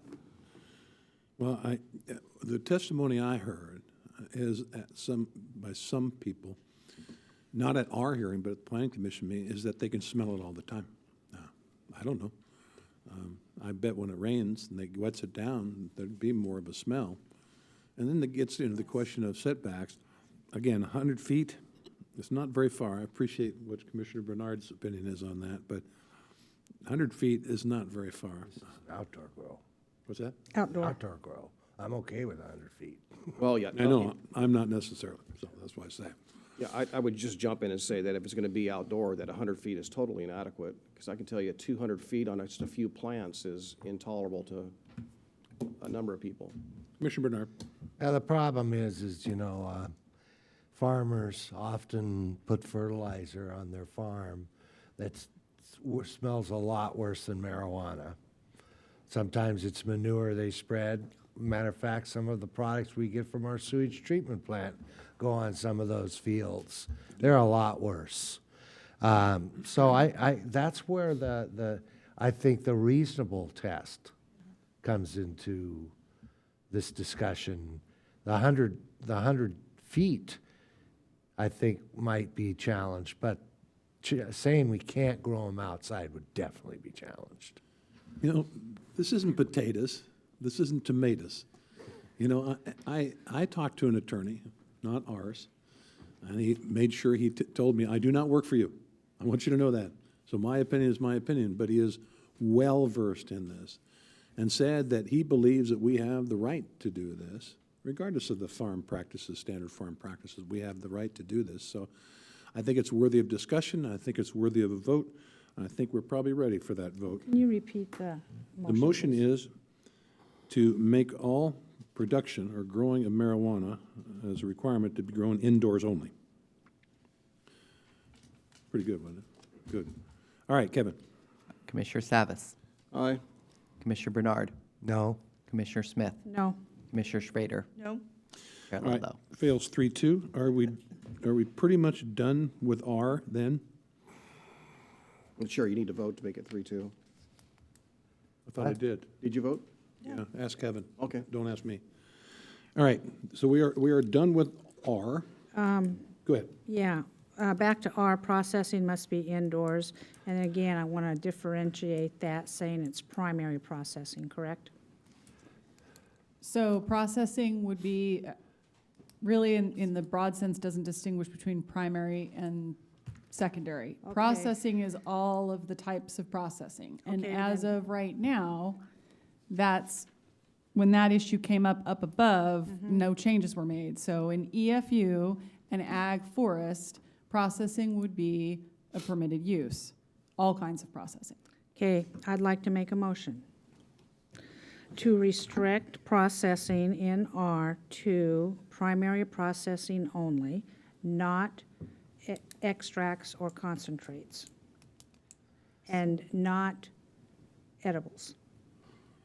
So, okay, so you can't, no concentrates, no extracts, and no edibles? Correct, because I think in this particular zone, it's okay to pick your buds, take them inside, they sort them, they dry them, they do whatever, package I them. see. And that's called primary processing as far as I was aware. So that stuff, the activities you're talking about could be done just under the production license. So as long as Okay. you're allowing production, that would all be permitted. It's only when they elevate to edibles, topicals, concentrates, or extracts that they need a processing license. Yes. And that would be separate. Okay. I think there is some, and Nate may want to weigh in here, a little bit of a question of whether we can prohibit processing in EFU because of the way House Bill 3400 is written. Now, wait a minute, because, Let's try it. well, I think we should try it if that's the case, because if you go back to the right to farm statute, wait a minute, the right to farm statute does allow processing of your own grown crop, is that right? So the land use statutes permit, as what Nate referred to earlier as a sub-1 use, what the state sort of calls small-scale processing of any agricultural product. So what that requires is that 25% of the processed crops be grown on your site and that your production facility be no larger than 10,000 square feet. Those are the limits that are in state law now. And you can do that for tomatoes or Christmas tree, well, yeah, Christmas trees, potatoes, I mean, whatever it would be, because you wouldn't be processing Christmas trees, but you get my point, if you were gonna can tomatoes. Those are the limits. So arguably, House Bill 3400, by defining marijuana as a crop, then that extends to these other what we call sub-1 uses, and it's unclear if the county could actually prohibit processing just in EFU. Okay. You could in ag forest. Okay, we couldn't, okay, I'm gonna change my motion then. I would like to prohibit the extracting of oils, because that process is so highly dangerous, from ag and farm forest.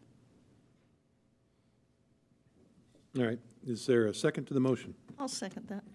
All right, motion by Commissioner Smith, seconded by Commissioner Schrader. Although that is processing, right? Processing. As defined, it is processing. Of any of the places where this should be done, it probably is on EFU, where there are bigger setbacks. and there's less things that could burn and/or explode, in my opinion, so I'm probably going to vote against this. Well, that's interesting. Well, you know, look, if you put it in commercial, which we're allowing it in commercial, Allowing it in industrial too. I should say, commercial and industrial, yeah, you're right. And you know, where's it going to happen? On one hand, we have to allow it, or else we're breaking the law. We have to allow it somewhere. We do allow it those places, I'll give you that. But the question is there any harm in them processing it out on their property on both EFU and timber, agriculture? Commissioner Bernard. So, yes, we're allowing them to grow in a building or outside of a building, but processing is different. They could have the building right up next to their neighbor's property line, because we don't say anything about where you process. And so a 100-gallon propane tank or 1,000-gallon one could be set right next to your neighbor where they're distilling or making hash oil or whatever. That for me is an issue. And because that kind of goes back to, I spoke to a gentleman before you guys got in here, where we're talking about EFU ag forest. We kind of skipped over ag forest. And so I was going to ask for some clarification, but if we make what Commissioner Smith suggests, vote on this, it really does address that issue. It does. So the growing and that stuff, that we're being really careful, but the processing next to your neighbor is where the challenge lies. Realizing, of course, that what our legal staff and our planner is saying is it might not survive the That's test right. of time. That's right. Commissioner Schrader. So what I'm trying to discern here, I think what Commissioner Smith is alluding to is the secondary processing piece of it. Right. That's what it is. For the oil. The primary processing is just basic, you're out there picking your tomatoes and putting them in a crate. So I don't have any issue in disallowing secondary processing out in those areas at all. I think it does make sense to me. I think. Nate. Just a clarification, I heard the motion to be no processing of oils and concentrates. Which would be secondary processing. Well, it would be secondary processing, but secondary processing also includes edibles and topicals, which I understand are excluded from the motion. Yes. My clarification, I guess, is when you say oils, are you talking about concentrates specifically? I was not, but it probably should if the process to do it is the same. Anybody know? Yeah, I mean, to So- extract, Different. Yeah. you get an oil or something, that is the processing we're talking about. How are you going to make it an edible without bringing it down to that? So what we're trying to do, or I think what would be preferable to do is again, link back to the OLCC definitions of those secondary processes, which does include the concentrates, the extracts, the topicals, the edibles.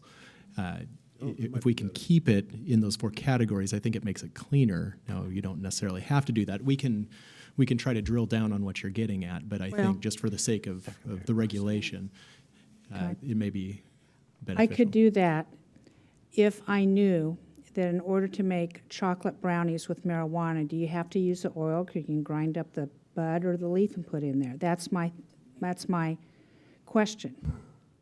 I don't know the answer, but if they're going to buy the oil from somewhere, then that's different than if they're going to distill the oil themselves. Okay, let's, okay. So if you don't want them to have access to oils on site, period, then you may need to just prohibit all processing. Well, and let's get back to the OLCC definition of that, of all processing. Now, as Commissioner Schrader said, you know, if you pick it, it's not processing. No, it's right? preparation. Preparation, okay. Preparation. So, Tootie, do you want to exclude all processing on EFU and ag timber?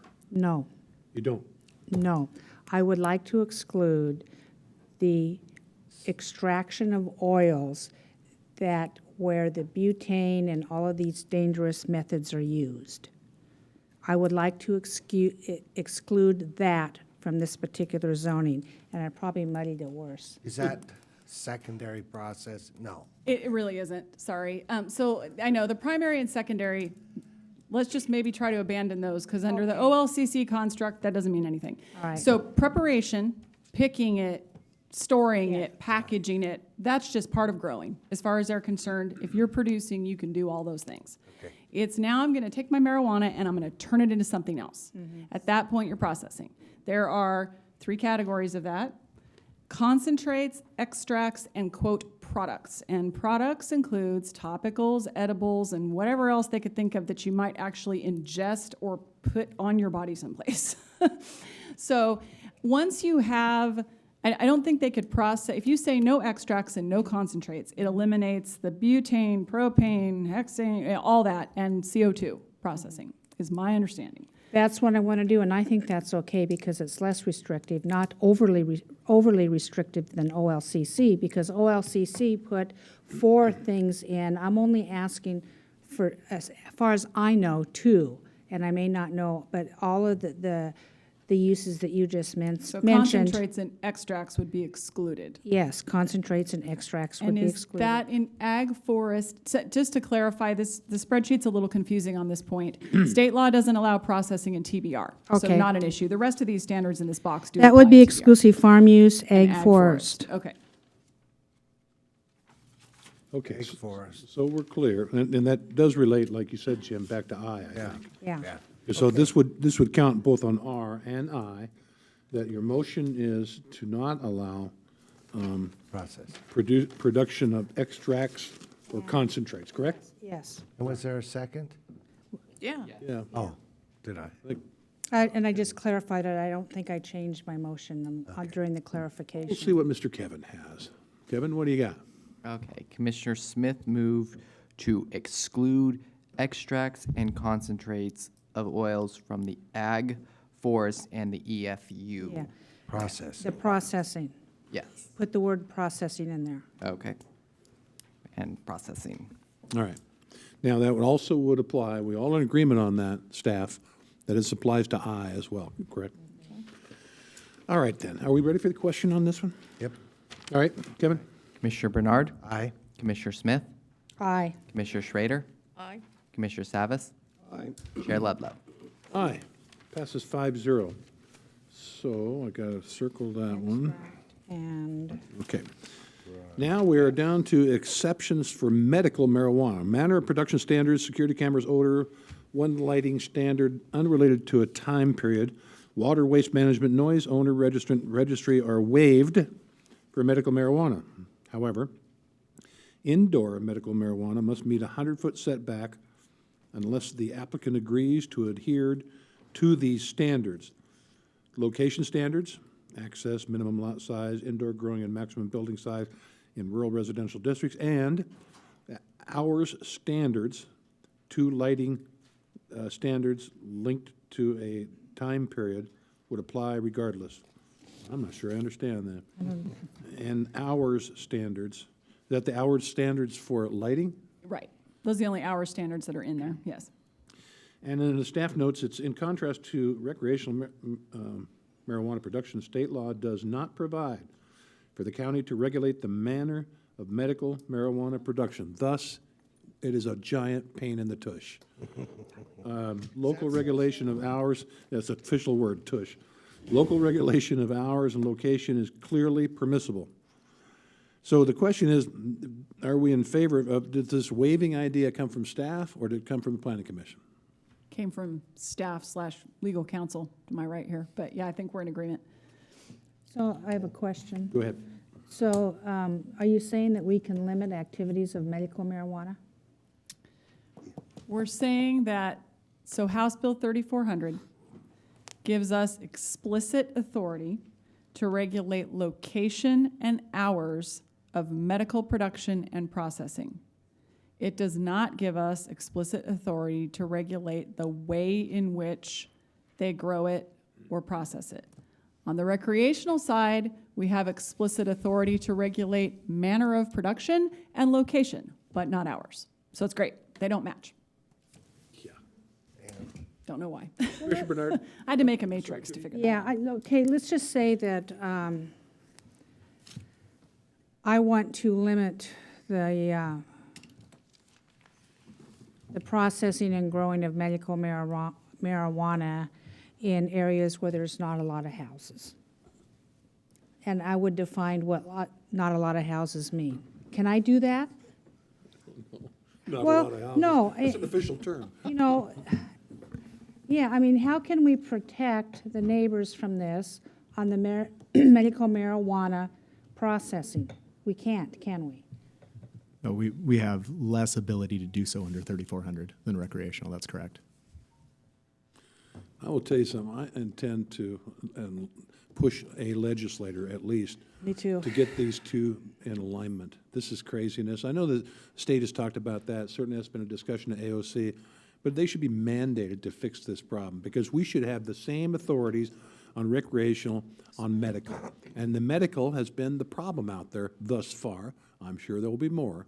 But right now, medical has been the problem out there. The bad actors, not all of them, for sure. Commissioner Bernard. Never mind. Jeez, there you go. I fixed that. All right, so we had a vote on that, and we are exceptions for medical marijuana on S. Is there any changes? I don't know how many changes we can make, staff, to this. Is that right? Well, you could, yeah, you could adjust the setback if you want. So the way that the staff comments are worded are a little bit backwards from the way that the actual regulation is set up. So the absolute standard for all medical processors or all medical producers is the 100-foot setback. That's the standard. Now, you can eliminate the standard if you opt in to, or if you elect to subject your grow operation to the odor standards, the noise standards, and put it inside a building. That's the way that you eliminate that setback. And so think of it as a 100-foot setback with the ability to eliminate that. I mean, that's the location standard. We're essentially legislating where these can be located on a property. That's how we've come up with this. And so all that to say, you could reduce the setback if you wanted, but you certainly don't need to. I mean, we feel comfortable with the way that this is set up right now.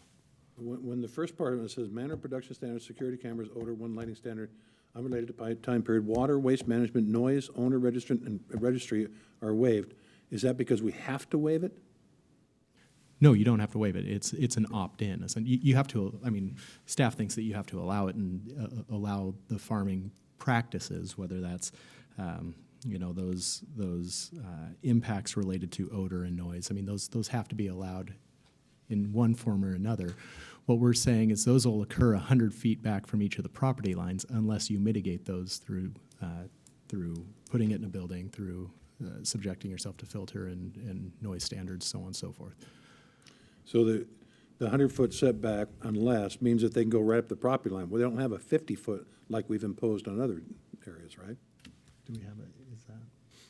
So the normal, it depends on the zone. So for the medical, I'm not sure I followed the question exactly, but Well, we got a 50-foot setback on EFU, correct? no, 50-foot RFF5 and FF10. Oh, sorry. Normal zoning district setbacks for EFU, if it's in a building, Okay. which is 10, right? So, here's our opportunity to try to straighten out some existing bad grows out there. And by waiving anything, it kind of bothers me. Commissioner Bernard.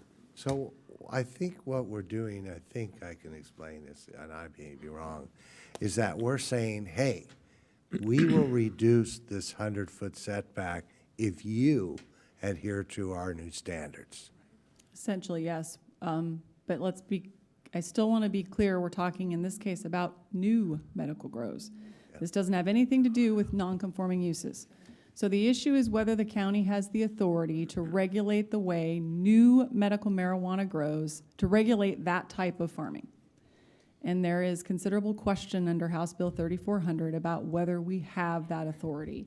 And our legal counsel has advised that no, we don't have that authority, at least not as far as we can, determine with our best analysis. And so we essentially have to allow them to create odor and to create noise and to have their lights on 24/7. But we can apply a location standard or an hours standard, essentially.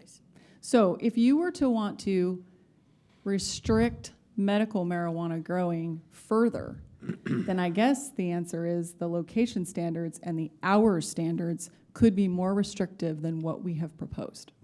And that would be the way to do it, as opposed to restricting these other things. And what the Planning Commission had in their recommendation, which originated with staff, was, well, we'll make the building 100 feet from the property line if you choose not to meet our standards for odor and all of that.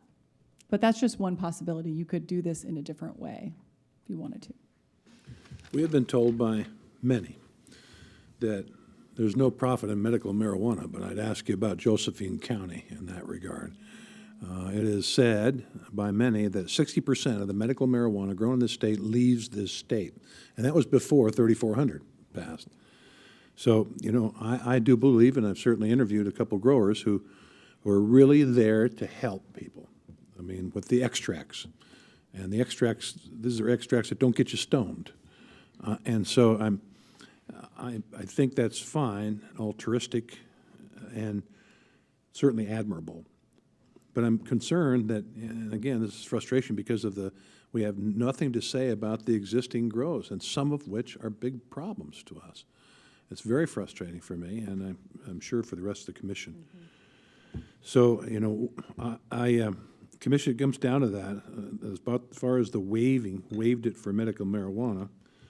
You know, however, indoor marijuana must meet a 100-foot setback unless they're willing to adhere to, again, water, time period, waste management, noise, owner, light. Then they would have to adhere to that if it's any closer. Are we okay with that? That's right. That's okay. I guess, yeah. All right, we're down to relating requirements. T, hours, limited to 7 a.m. to 10 p.m. for selling and consumers on site. OLCC adopted this standard for recreational retailers, I might note. Current county code is 10 a.m. to 9 p.m. for marijuana retailers. So we are talking about retailing on 7 a.m. to 10 p.m. correct? Everything from now on, T on down, relates to retailing only. Now, what are the hours, and I know that OLCC allows people to apply to them to have different hours, and include also Sundays, which they never used to do years ago. They can, but what are the hours allowed for alcohol? Yeah. I don't know. I believe it's 7 days a week now. That's my understanding, but I don't know. It's what up to the hours are. operator. Yeah, not Up to all the of operator. It's 10. They open Is at it 10 p.m.? 10 a.m. Is it? 10 a.m., but I don't think it's 10 p.m. It's 7 p.m. on Sundays, I'm pretty sure. Is it just Sundays? So they open at 10 a.m.? Yeah, all liquor stores. I thought they opened earlier than that. Not that I've ever gone So to. let's keep with what we have, which is 10 a.m. to 9 p.m. That's fine. Commissioner Savas. It's Can you medical. define what it means when it says limited to 7 a.m. to 10 p.m. for selling? I understand that part, but end consumers on site, what does that mean? They have two different, for whatever reason, there are two different provisions in the rules. Maybe Nate can find them here. Two different references, which essentially seem to get at the same issue. But I think the bottom line is OLCC is not attempting to prevent employees from being, employees could come in early, stay late, they could be doing inventory, they could be cleaning the back room, they could be stocking shelves. What they're controlling is public access, and they've phrased that in two different ways. Yeah, I probably could have been worded differently. And this is, again, just a summary. So what's actually in 841 is probably a mirror of what's in the OLCC rule. I can find that.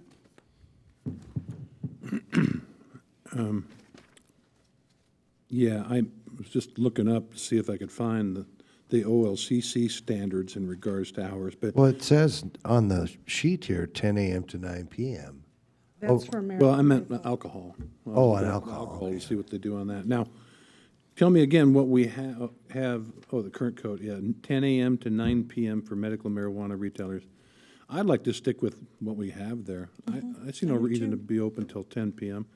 And by the way, those hours were carved out in consultation with medical retailers. Remember, they'd asked for an additional hour. We gave 2 hours, I think, because we had it at 7 p.m. initially, and we allowed it to go into 9 p.m. So I'm fine with that. currently, let's see, limited to, this is a planning commission recommendation, so we'd have to change this, is limited 7 a.m. to 10 p.m. I think 7 a.m. is darn early to be buying pot, but that's just me. So is there a motion to change it to 10 a.m. to 9 p.m. or anything else? I move we change the operating hours from 10 a.m. to 9 p.m. for recreational marijuana. Is there a second? Second. All right, motion by Commissioner Bernard, seconded by Commissioner Smith. Further discussion on setting the hours at 10 a.m. to 9 p.m. for recreation. Nate might want to say something. You want to say something? Well, you can take the vote now. I can ask the question now or later, but that begs the question, what about medical? Okay, because- so I will But revise isn't for that- both That's currently what we medical. have, though. That's the same already for medical. Well, but the staff proposal is to switch it to 7 a.m. to 10 p.m. Well, I realize that, but we're changing it back to 10 a.m. to 9 p.m. And that would be for Right, all. but yeah. For recreational, it was, in the motion, it was specified as Okay, recreational. right, only. for both recreational specify that? and medical marijuana. Agree with that, 10 Commissioner a.m. Smith? to 9 p.m. So now we've said it, yes, it'll be for both. Any further discussion? Kevin? Commissioner Smith, Aye. Commissioner Schrader, Aye. Commissioner Savas, Aye. Commissioner Bernard, Aye. Chair Ludlow. Aye, passes 5-0. U, minors, no one under 21 except as allowed by state. There's no comments on that. I don't think we're going to have a bone of Drive-up contention on windows? that. No, that's coming up, though. So no on that. V, window service, yeah, sure. Does that also include carts? Like food carts, marijuana carts? Well, I think that was addressed in there. Was, yes. Okay. You handled that under Community A, actually, no Okay. mobile vending units. Great, thanks. Not suggesting we have them. W, odor, require carbon filtration system or proven comparable or better alternative system. Current county code standard is discretionary, limiting, quote, objectionable odors, end quote. A clear and objective standard is required for a type 1 land use permit. Staff recommends the same changes to this odor standard as are recommended above for odor control in production and processing. Do we have any problems with that? No. Next, we have X, waste management. Waste, and we've seen this already, waste stored in a secure receptacle in possession and under control of the licensee. The OLCC adopted this standard for all recreational licensees. And they didn't, and the OHA hasn't done the same for medical, I'll bet you. Not that I know of. I'm not as familiar with their rules, but I know they're going to go through more rulemaking. All right, so we've got X taken care of. We're to Y. Co-locations of related activities and uses. No smoking, ingesting, or consuming marijuana or tobacco in retail building. No retail on the same lot as a smoking or social club. Now, let's remember that, no smoking, I don't think they can smoke outside in the parking lot as well. Right, Jennifer? No public. Let me look. Yeah. This standard is in the existing time, place, and manner code. We didn't change it. Well, I believe that 3400 said you cannot consume it in a public, Correct. That's- consumption. Yes, correct. right? So that's already in there. Yes. In retail building, no retail on the same lot as a smoking or social club. Yeah, that would be something to have a shop and then go right next door and start imbibing, I right? think right now that doesn't even really exist, but the thought was it might come along, and so you drafted the regulations to address that. Should marijuana social clubs become allowed in the future? Well, should it say marijuana social club, or is it, because right now it's a social club, and there's a few of them out there, I suppose. What it actually says, let's see. Oh, okay, yeah, this is, I'm sure. Any some- marijuana social club or marijuana smoking club. All right. Is that okay, Commissioners? Hey, we're down to the last page. CDO 841, this is Z, minimum separation distances as, and this is interesting, because the Planning Commission recommended 1,000 feet from elementary or secondary school, which replicates what the OLCC says, correct? 1,000 feet from other marijuana retailers of the same type, which I think we've already talked about and we like a lot. I'm not going to read everything that's on the right in the staff comments, but the Planning Commission recommended buffers to be limited to those required by state law with the addition of the 1,000-foot separation between recreational retailers. The current county code standards are 2,500 feet, and this is current, this is going to change, 2,500 feet between marijuana retailers, so that'll drop down to 1,000, correct? Yes, that's what's proposed. 2,500 feet from a secondary or elementary, secondary, or career school. What are we limited to on that? We aren't. 1,000 is the state minimum. Right? So we could actually keep And keep these. those, that one.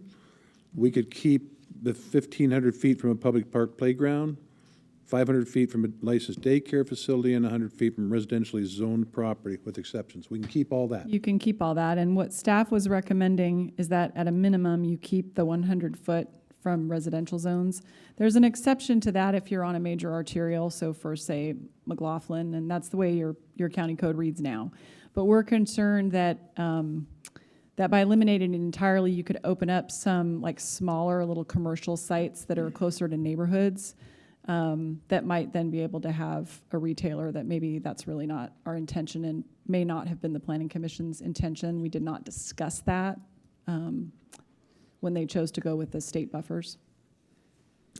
Okay, so currently on their staff comments and recommendations, the only thing we have to change is the 2,500 feet between marijuana retailers. Is that correct? Correct. On the recreational side, you cannot go, yes, 1,000.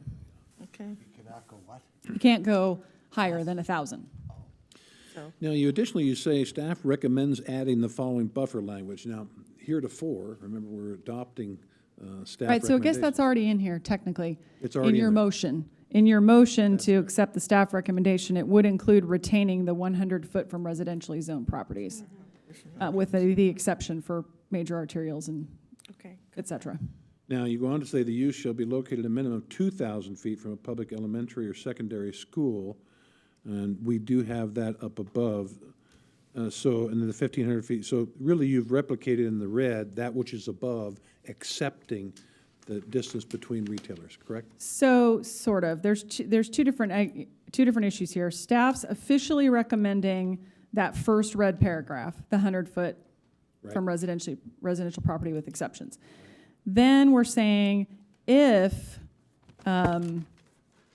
you accept the Planning Commission's recommendation on buffers, we need to strike, just basically make a conforming amendment to strike some language related to the non-conforming medical dispensaries, because they won't be non-conforming anymore because the buffers will be just the state buffers. So that's kind of a housekeeping thing, and that will only be necessary if you accept the Planning Commission's recommendation. Then the third thing is, if you want to go back to more restrictive buffers, then staff would recommend that you use our draft from October rather than the current language that's in the county code. And I can tell you, we did make some changes. We removed career schools, and that's because that was changed at the state level, and frankly, we're not entirely sure that we know where they are or can regulate that very effectively. It changed the reference to recreational centers to government-owned recreational uses, because we were sort of assuming that it was intended to be public recreational centers rather than, say, like private health clubs and whatnot. To change the reference to the buffer from public housing to multifamily dwellings, because there's been some issue with us trying to figure out where every single-family dwelling that might be owned by a housing authority is, and then buffer from that. And then finally, we had removed the buffer from adult foster care facilities. So those are typically in single-family dwellings. They are licensed, but it wasn't clear to staff exactly what we were trying to protect there. I mean, these are obviously older residents living in a single-family dwelling receiving some care, but we weren't quite clear why that needed a bigger buffer than just generally a residential zone would have. So those were the 5 kind of what I would term minor changes that we had initially made to your buffers. Then the Planning Commission essentially removed all of that and reverted to the state buffers. So what we're recommending sort of depends on what you do on that bigger question about buffers. Well, let's go with the first one here. Staff recommends adding the following buffer language. And I think that's encapsulated well below that, actually after the question about the Planning Commission recommendations on buffers. Is that correct? Your recommendations are the last stuff there. No, You should- our explicit recommendation is the first red paragraph.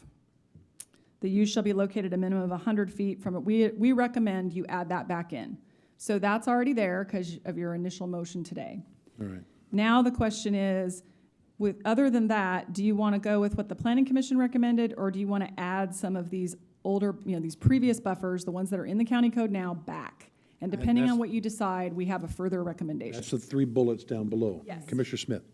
Yeah, I'd like to move that we add the 3 buffers, 2,000 feet from a public elementary or secondary school, 1,500 feet from a public park, playground, government-owned recreation, licensed treatment center, light rail transit, multifamily dwelling owned by public housing authority, and 500 feet from a licensed daycare facility, licensed preschool, including a parking lot appurtenant thereto, and any property used by the daycare facility or preschool. I'll second that. Kevin, in other words, the final 3 bullets. Final 3 All bullets, right, yes. Commissioner Smith with the motion, Mr. Schrader with the second. Further discussion about imposing new setbacks. All right, Kevin. All right. Commissioner Schrader. Aye. Commissioner Savas. Aye. Commissioner Bernard. Aye. Commissioner Smith. Aye. Chair Ludlow. Aye, passes 5-0. And now, we, first of all, I think we should go through any other areas we want to go back and discuss or question or make a motion on. I think I've got crossed out a few that I've had. Now, one of the questions that Commissioner Bernard has been talking about for some years is, is a license. Now, in the OLCC, when they deal with a liquor license, they check in with the local authority, the municipality, county, or whatever, to see if they're operating legally, what kind of difficulties they've had with them, et cetera. But we don't have a business license that we can eliminate in the event they're bad players. So the question is, do we want to talk about licensing these facilities only, or licensing everything? Commissioner Bernard. So my first question on this issue is this an annual renewed license? With the state? With the state, it is. Okay, so that means that every time somebody renews their license, the county has to sign off on it. Is that what they're proposing? They do on liquor. Yeah, actually, I'm not sure how this is going to play out, but I believe just from my recollection of the application process, I believe they probably would have to submit a land use compatibility statement. Well, every that's a time they renew. one-time thing. Well, not necessarily. The application includes a land use compatibility statement, and I believe the way that the renewals are set up is that they have to essentially reapply every single year. Now, I haven't really gotten too involved in the application process, so I could be misspeaking there, but that is generally, how I recall the process playing out here in the administrative rules. So what my suggestion is that, there's a fee for that. Now, the question is, if they're coming back every year and the one-time upfront fee should be higher than the renewal fee, which could be lower, obviously. If it's not higher, it's lower. But if if the first-time application fee is, let's say, $2,000 to $3,000, and the second renewal fee is half that, then I think it addresses it, because we may want to send somebody out to see that they change their filters, that they're adhering to the rules, and that they haven't had excessive complaints. My guess is, knowing OLCC and having been a mayor and saying, no, we're not going to sign this off, and they do it anyway, I don't know where that is. Yeah. Even our police chief said no. But the trick is they just changed the ownership to the son's name, and that's their way around it. But we could capture at least some of that if we charge an initial first application fee of such and such, $2,000 to $3,000, and the second an annual fee of half of that. If that's how it works. I don't know that that's how it works. So when I was referencing renewal applications, that occurs at the OLCC level. And so OLCC is authorized to renew the applications, collect new fees for the business license, effectively, is what it is. For the land use process, for our local land use process, it's a one-time shot. And so somebody comes in, they pay the land use fee, which is substantially less than $2,000 or $3,000, I can assure you that. That'll be reviewed. It's a type 1 review for most, unless it's been designated as a conditional use, which then is $3,200 or so. 38, I think. But that's a more involved process, which involves a hearings officer, which is the differentiation in the fee. all that to say, here at the local level, the way we have the procedure set up is that we will get a one-time shot to approve these. We don't have an opportunity then to come in and and relook at it. And then when OLCC submits the LUX to us every year, the land use compatibility statement, we don't have a fee for reviewing those. That's just part of what we do for state agencies when they ask whether the use is permitted under our local zoning laws. So because marijuana is different than almost anything we do, we can, in my educated opinion, is that we could charge them a substantial fee upfront one time. And that's why I suggested, $2,000 to $3,000 for a fee,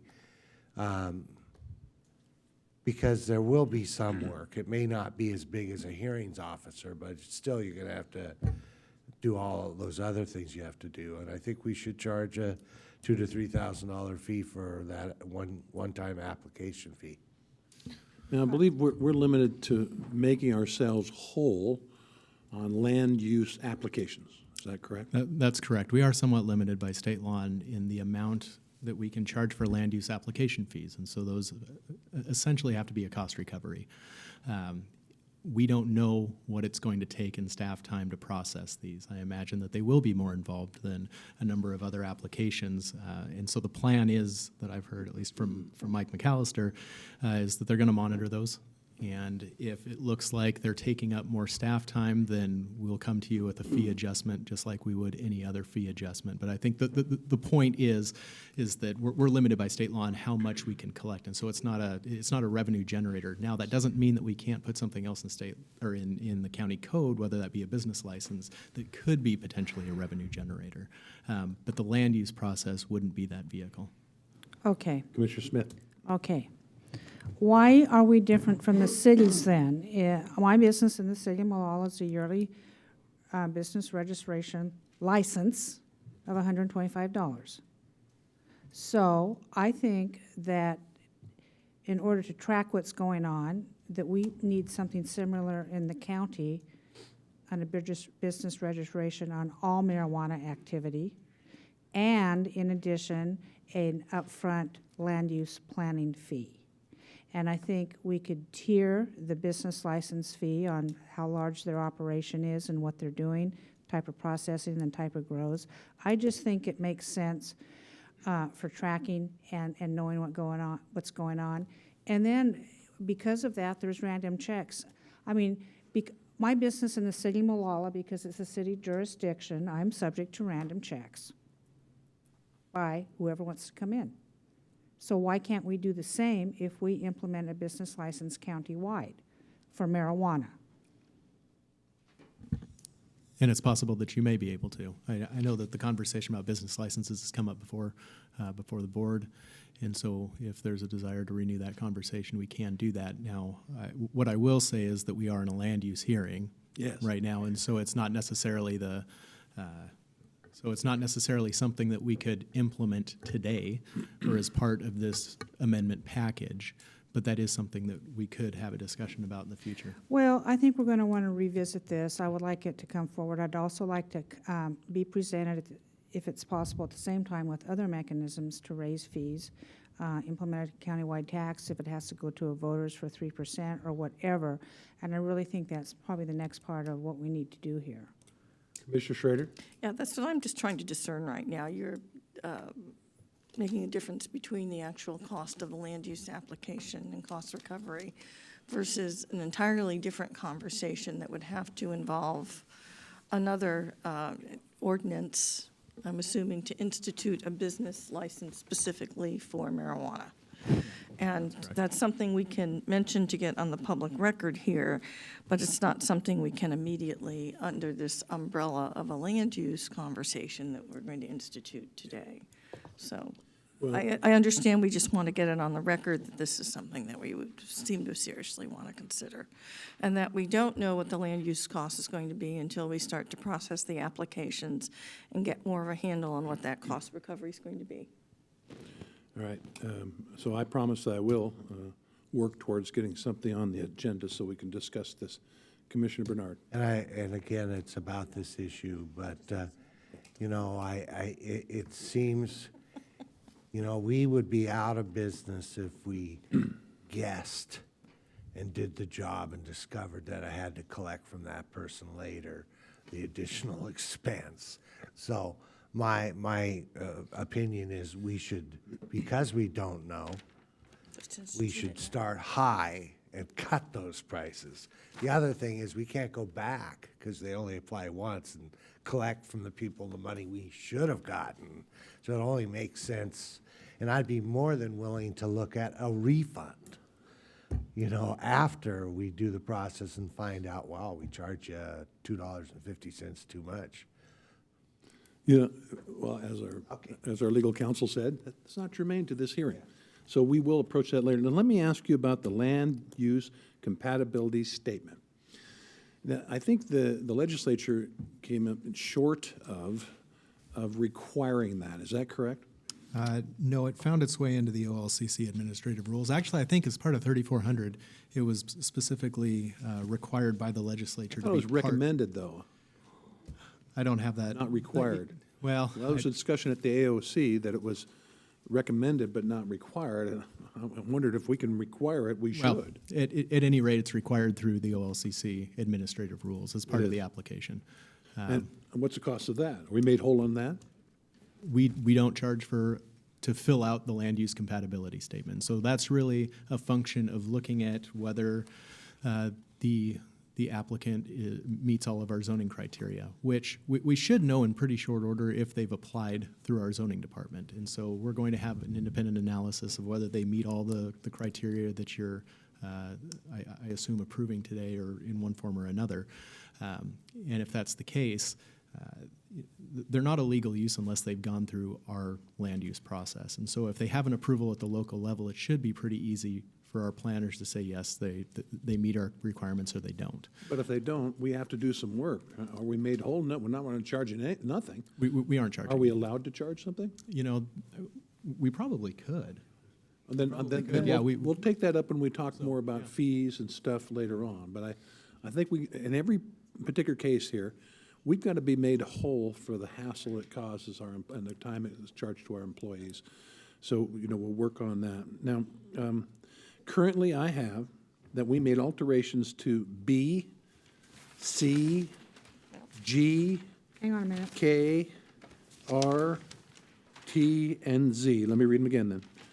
B, C, G, K, R, T, and Z. Is that what you have, staff?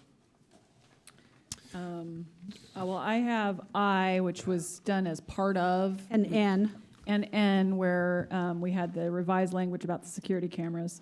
N, You had N? N. Yeah. And there's, yeah, a conforming amendment on Q related to processing. Oh, it is down there. N, yes, N. you're right. We also have L, where generators were added to noise. Well, L, that was encapsulated, I think that's T, is that T? Where is it? It's L. It's what? L. L.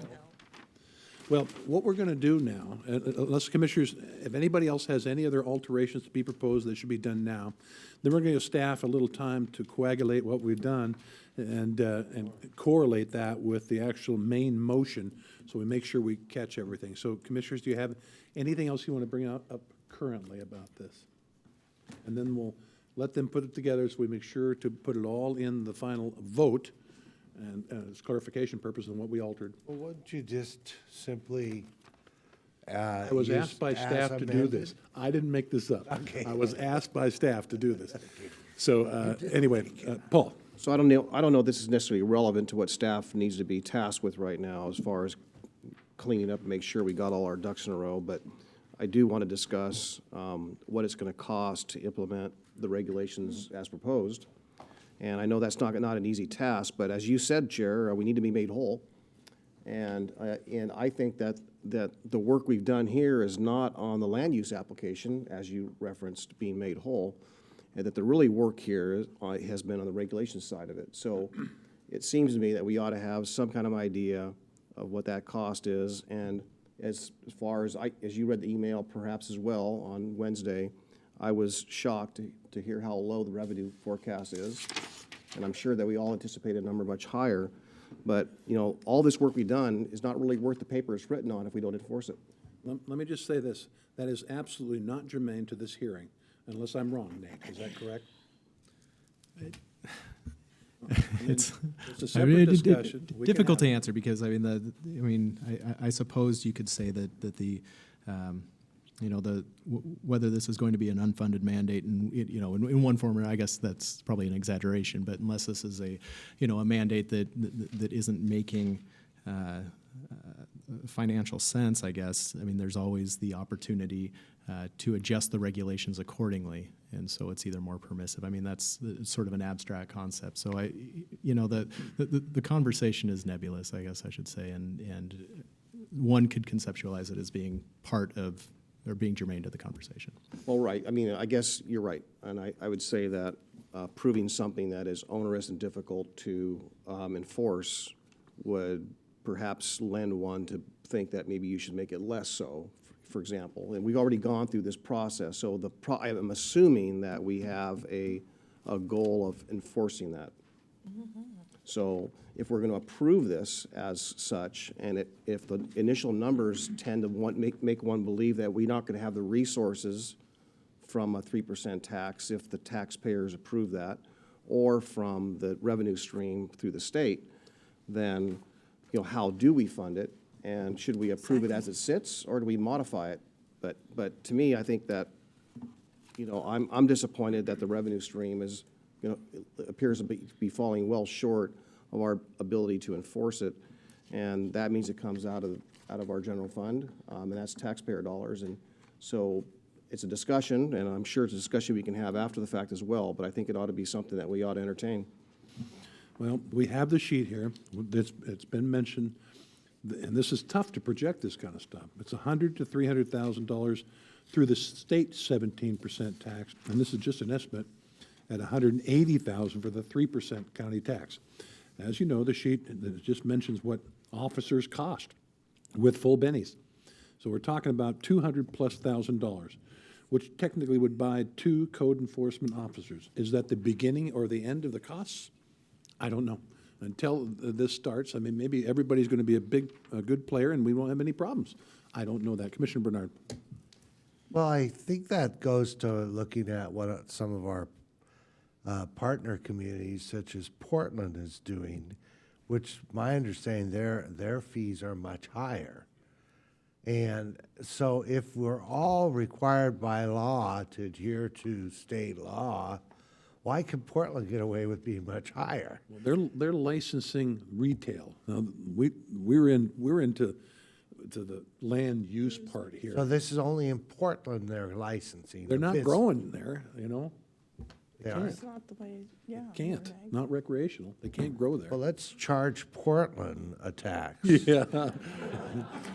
Careful, I'm calling up Metro and telling them you said that. Fine with me. Actually, that's an excellent idea, Oh, you guys, you too. really.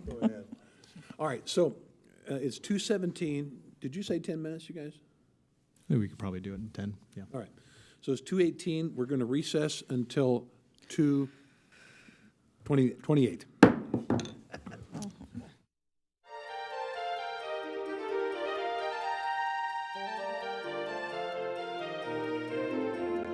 All right, ladies and gentlemen, reconvene the Clackamas County Board of Commissioners in a land use regulations hearing, well, decision-making anyway.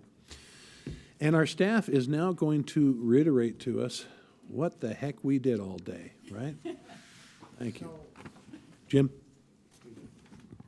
Yeah. In order to do this properly, I think that, I don't want to do, I move to support the amendments. You don't have to. Because we previously passed, as amended by the commission, we took votes on every one of those. So in fact, it will be the main motion plus the staff recommendations, plus our individual votes on the amendments. So you never have to say that.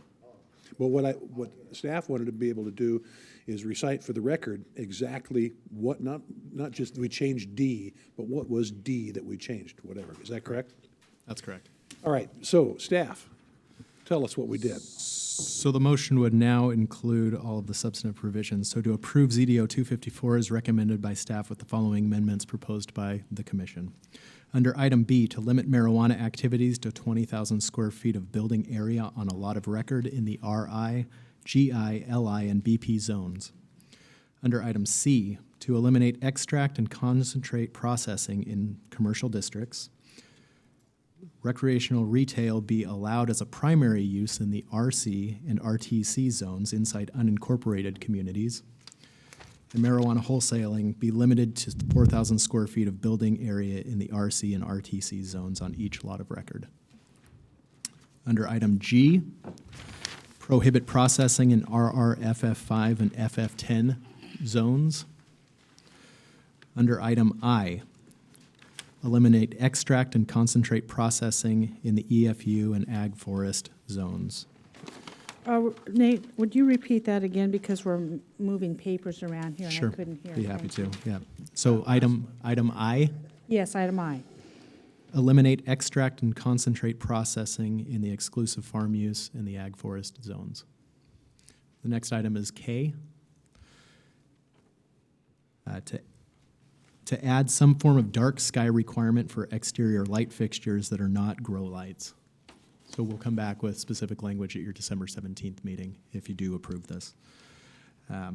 Item L, that would be to applicant must submit noise study that HVAC equipment and generators will not produce noise that exceeds 50 dBA at the lot line. Item N, Now, wait a minute. Oh, Let's go through L again here. I think it was 60, didn't it? The 60 decibels did not pass. did I say 60? No, you said 50. You said 50, but 50 is contained in this. It sounded like it was a change. It's not contained. No, I'm sorry, I read the generators in context of the staff comments. Yeah, you just So- added Okay. the generator. Just to clarify. Yeah, that did pass. Okay, good. So, and I'll do the same thing here with item N, because we had a specific language change. So if used, must direct only to subject property and may be directed to public rights of way as applicable, except as required otherwise by the state. And that relates to the security cameras. Item Q is the next change, and that is to strike the processing building square foot limitation. Item R is really a reiteration of item I, which is to eliminate extract and concentrate processing in the exclusive farm use and the ag forest zones. Item T is the hours shall be limited to 10 a.m. to 9 p.m. for selling of recreational and medical marijuana to consumers on site. And item Z is to add the nonconforming retailer allowance and the 3 additional setbacks proposed by staff, which are represented in the 3 bullets in the staff comments on your deliberation decision sheet. So, Commissioners, we have a main motion. We have the amendments, which we have already voted on. So this motion does include, again, the staff recommendations and every one of the amendments which we have passed, which were just delineated by Mr. Boderman. Are we ready for the question? Almost. All right? So Your lights on? Okay, go ahead. December 17th, we actually do the final approval list, correct? That's correct. So when it comes to the land use hearings, you give an oral approval and direct staff to come back with the final language of the ordinance. And so that's the time that we do have for you to review the final language and approve or direct staff to make adjustments based on your reading. It's yours. Oh, thank you. Okay, so, well, I do want to say that I do appreciate, the good working environment we had here today and all the time we spent on this. And I preferred that we have regulations in place, but I also, obviously, as you know, preferred that we opt out and opt out in a number of ways for a number of reasons. That is, number one is that it buys us more time. We can repeal the opt-out should some of the changes in the OHA and the LCC rules that hopefully will get adopted in June as predicted. They'll be adopted in June, and also give us time to figure out if we have the resources and have staff, charge staff with, do we have the resources to enforce this? Because I know we take a lot of pride in what we did here today, but if we don't have the resources or the revenue to do that, or the staff to do that, dollars, staff, whichever it may be, both, then again, is a futile exercise. And I think we have to do our due diligence when it comes to cost, and, you know, making our time here worthwhile. So I would prefer that I'll just make a motion just for the sake of it, because we're gonna run out of time. If I wait till we can't December. do that That's unless true, it's- that's true. We've got a motion on the floor. We're going to vote on that before any new motions are entertained. Okay, that's correct. So I'll just stop there and I'll pick it up after this motion. All right. So, Any further discussion? I want to say how proud I am of the commissioners for the time they took, how well-read they were on this subject, and the decisions made, even though a couple of them I don't agree with. So that's fine with me. Commissioner Schrader? Yeah, I just wanted to mention that we all went to the Association of Oregon Counties meeting down in Eugene, and one of the things that Bob Bovet said pretty clearly, I think Commissioner Smith and I had chatted about this, was opt-out or no opt-out, that he strongly advised that counties come up with a framework of one kind or another. And I think the work we've done here today is certainly not perfect. It certainly isn't going to solve the whole problem, but I think AOC was very wise in advising counties, all 36 counties in the state, to not ignore this, but to pull something together. And I also want to thank staff and the Planning Commission and all the folks who served on the committees for their hard work on a very difficult and contentious subject that has kept many of us awake at night. Definitely. Commissioner Bernard? and I'd just like to say that, you know, I thank the people who have attended, the people who have reached out and talked to me about issues, and I know we didn't satisfy everybody, but I think we really made an effort to get close. But I'd also like to thank the Planning Commission. One of the commissioners was in here a while ago. 400 people showed up, 70 people testified. I mean, they do an astounding amount of lifting. And of course, the staff does too. And I know this subject isn't over. I'm tired of it. But more stuff will come to us. And I'm sure that, you know, this is not behind us. But today we took a big step. So I'm excited to put this behind us. Commissioner Smith? Well, likewise, I want to thank staff for being so diligent and helpful. And what's also been helpful is the people who have given us communications on what their issues are for all ranges of opinions on this. And we've been dealt with this hand, and we played it as well as we could at this point, and we'll see where we land. Thank you all. Yeah, I failed to mention the great work the Planning Commission did, but also specifically Jennifer, Nate, and Mike, and Ellen. But, you know, it's been a very contentious, as Martha said, and I hope we put a lot of that behind us. And again, my hope is that the legislature would get a hold of this and give us more authority on medical. That's been the problem thus far. We may have some problems with recreational, but medical, somebody's got to get the hands on the horns here and change that. So are we ready for the question now? Yep. Kevin? All right. Commissioner Savas. Nope. Commissioner Bernard. Aye. Commissioner Smith. Aye. Commissioner Schrader. Aye. Chair Ludlow. Aye, passes 4-1. Now, Commissioner Savas. Yeah, so I'll just jump in. I handed out earlier the Multnomah County thing, and I mentioned that page 4 and page 5 speak to really the impacts to youth and some of the consequences of youth and others, enforcement, and I think it really speaks to having the resources to address that, which is the premise of which I'm moving here on. Chair, you mentioned that perhaps, and maybe you're right, could be quite right, that maybe we have the strictest rules of the 36 counties, but by having that distinction of being having the strictest rules, my guess is we'll probably be the target for legal challenges. It would make sense that they would probably spend the time towards us with all the geography we have, and again, how stringent our rules may be. I'm not really too excited about being a guinea pig for this as a county with the strictest rules, if that's indeed what we have. But I think after hearing the 400, we didn't hear 400 people. We had 400 people at the first Planning Commission meeting. We heard 70 some odd of those folks testify. I heard the 40 that were here last Monday, a week ago Monday, and, you know, several emails and conversations of the like.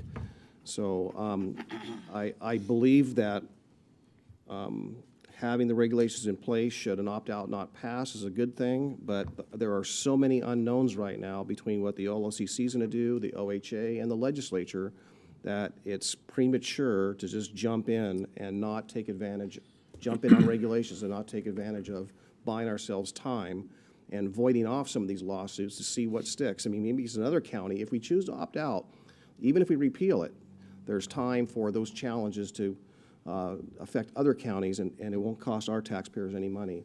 Did you have a motion, Commissioner Savas? Because we'd like to go home. Yes, I'll expedite my commentary. So I think we need to do our due diligence on the cost. That's another reason that I believe buying time on an opt-out would be advantageous. And again, we have the option of repealing, as you know. So therefore, I move. Before you do that, I want to make sure that we are in a planning hearing here. Mr. Boderman, can we address anything else but planning in this session? Again, the topic's broad, and so I don't feel like we can say one way or the other whether, I mean, this is obviously related to marijuana, and so I think, you know, to the extent that it relates to the measure that was passed or the regulations that were passed, it seems.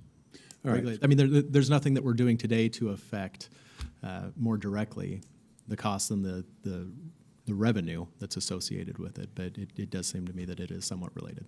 All right, Commissioner Savas, continue.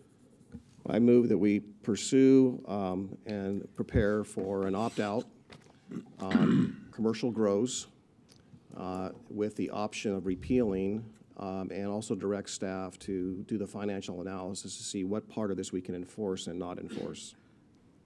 Second. All right, so the motion has to opt out of commercial grows. Commissioner Smith. Seconded by Commissioner Bernard, by the way. Regarding Commissioner Savas's earlier statements, I cannot disagree with you more. And I also think it's very irresponsible for you to say what you just said. Why don't you just go round up a bunch of lawyers and invite them to sue us just so you can be right?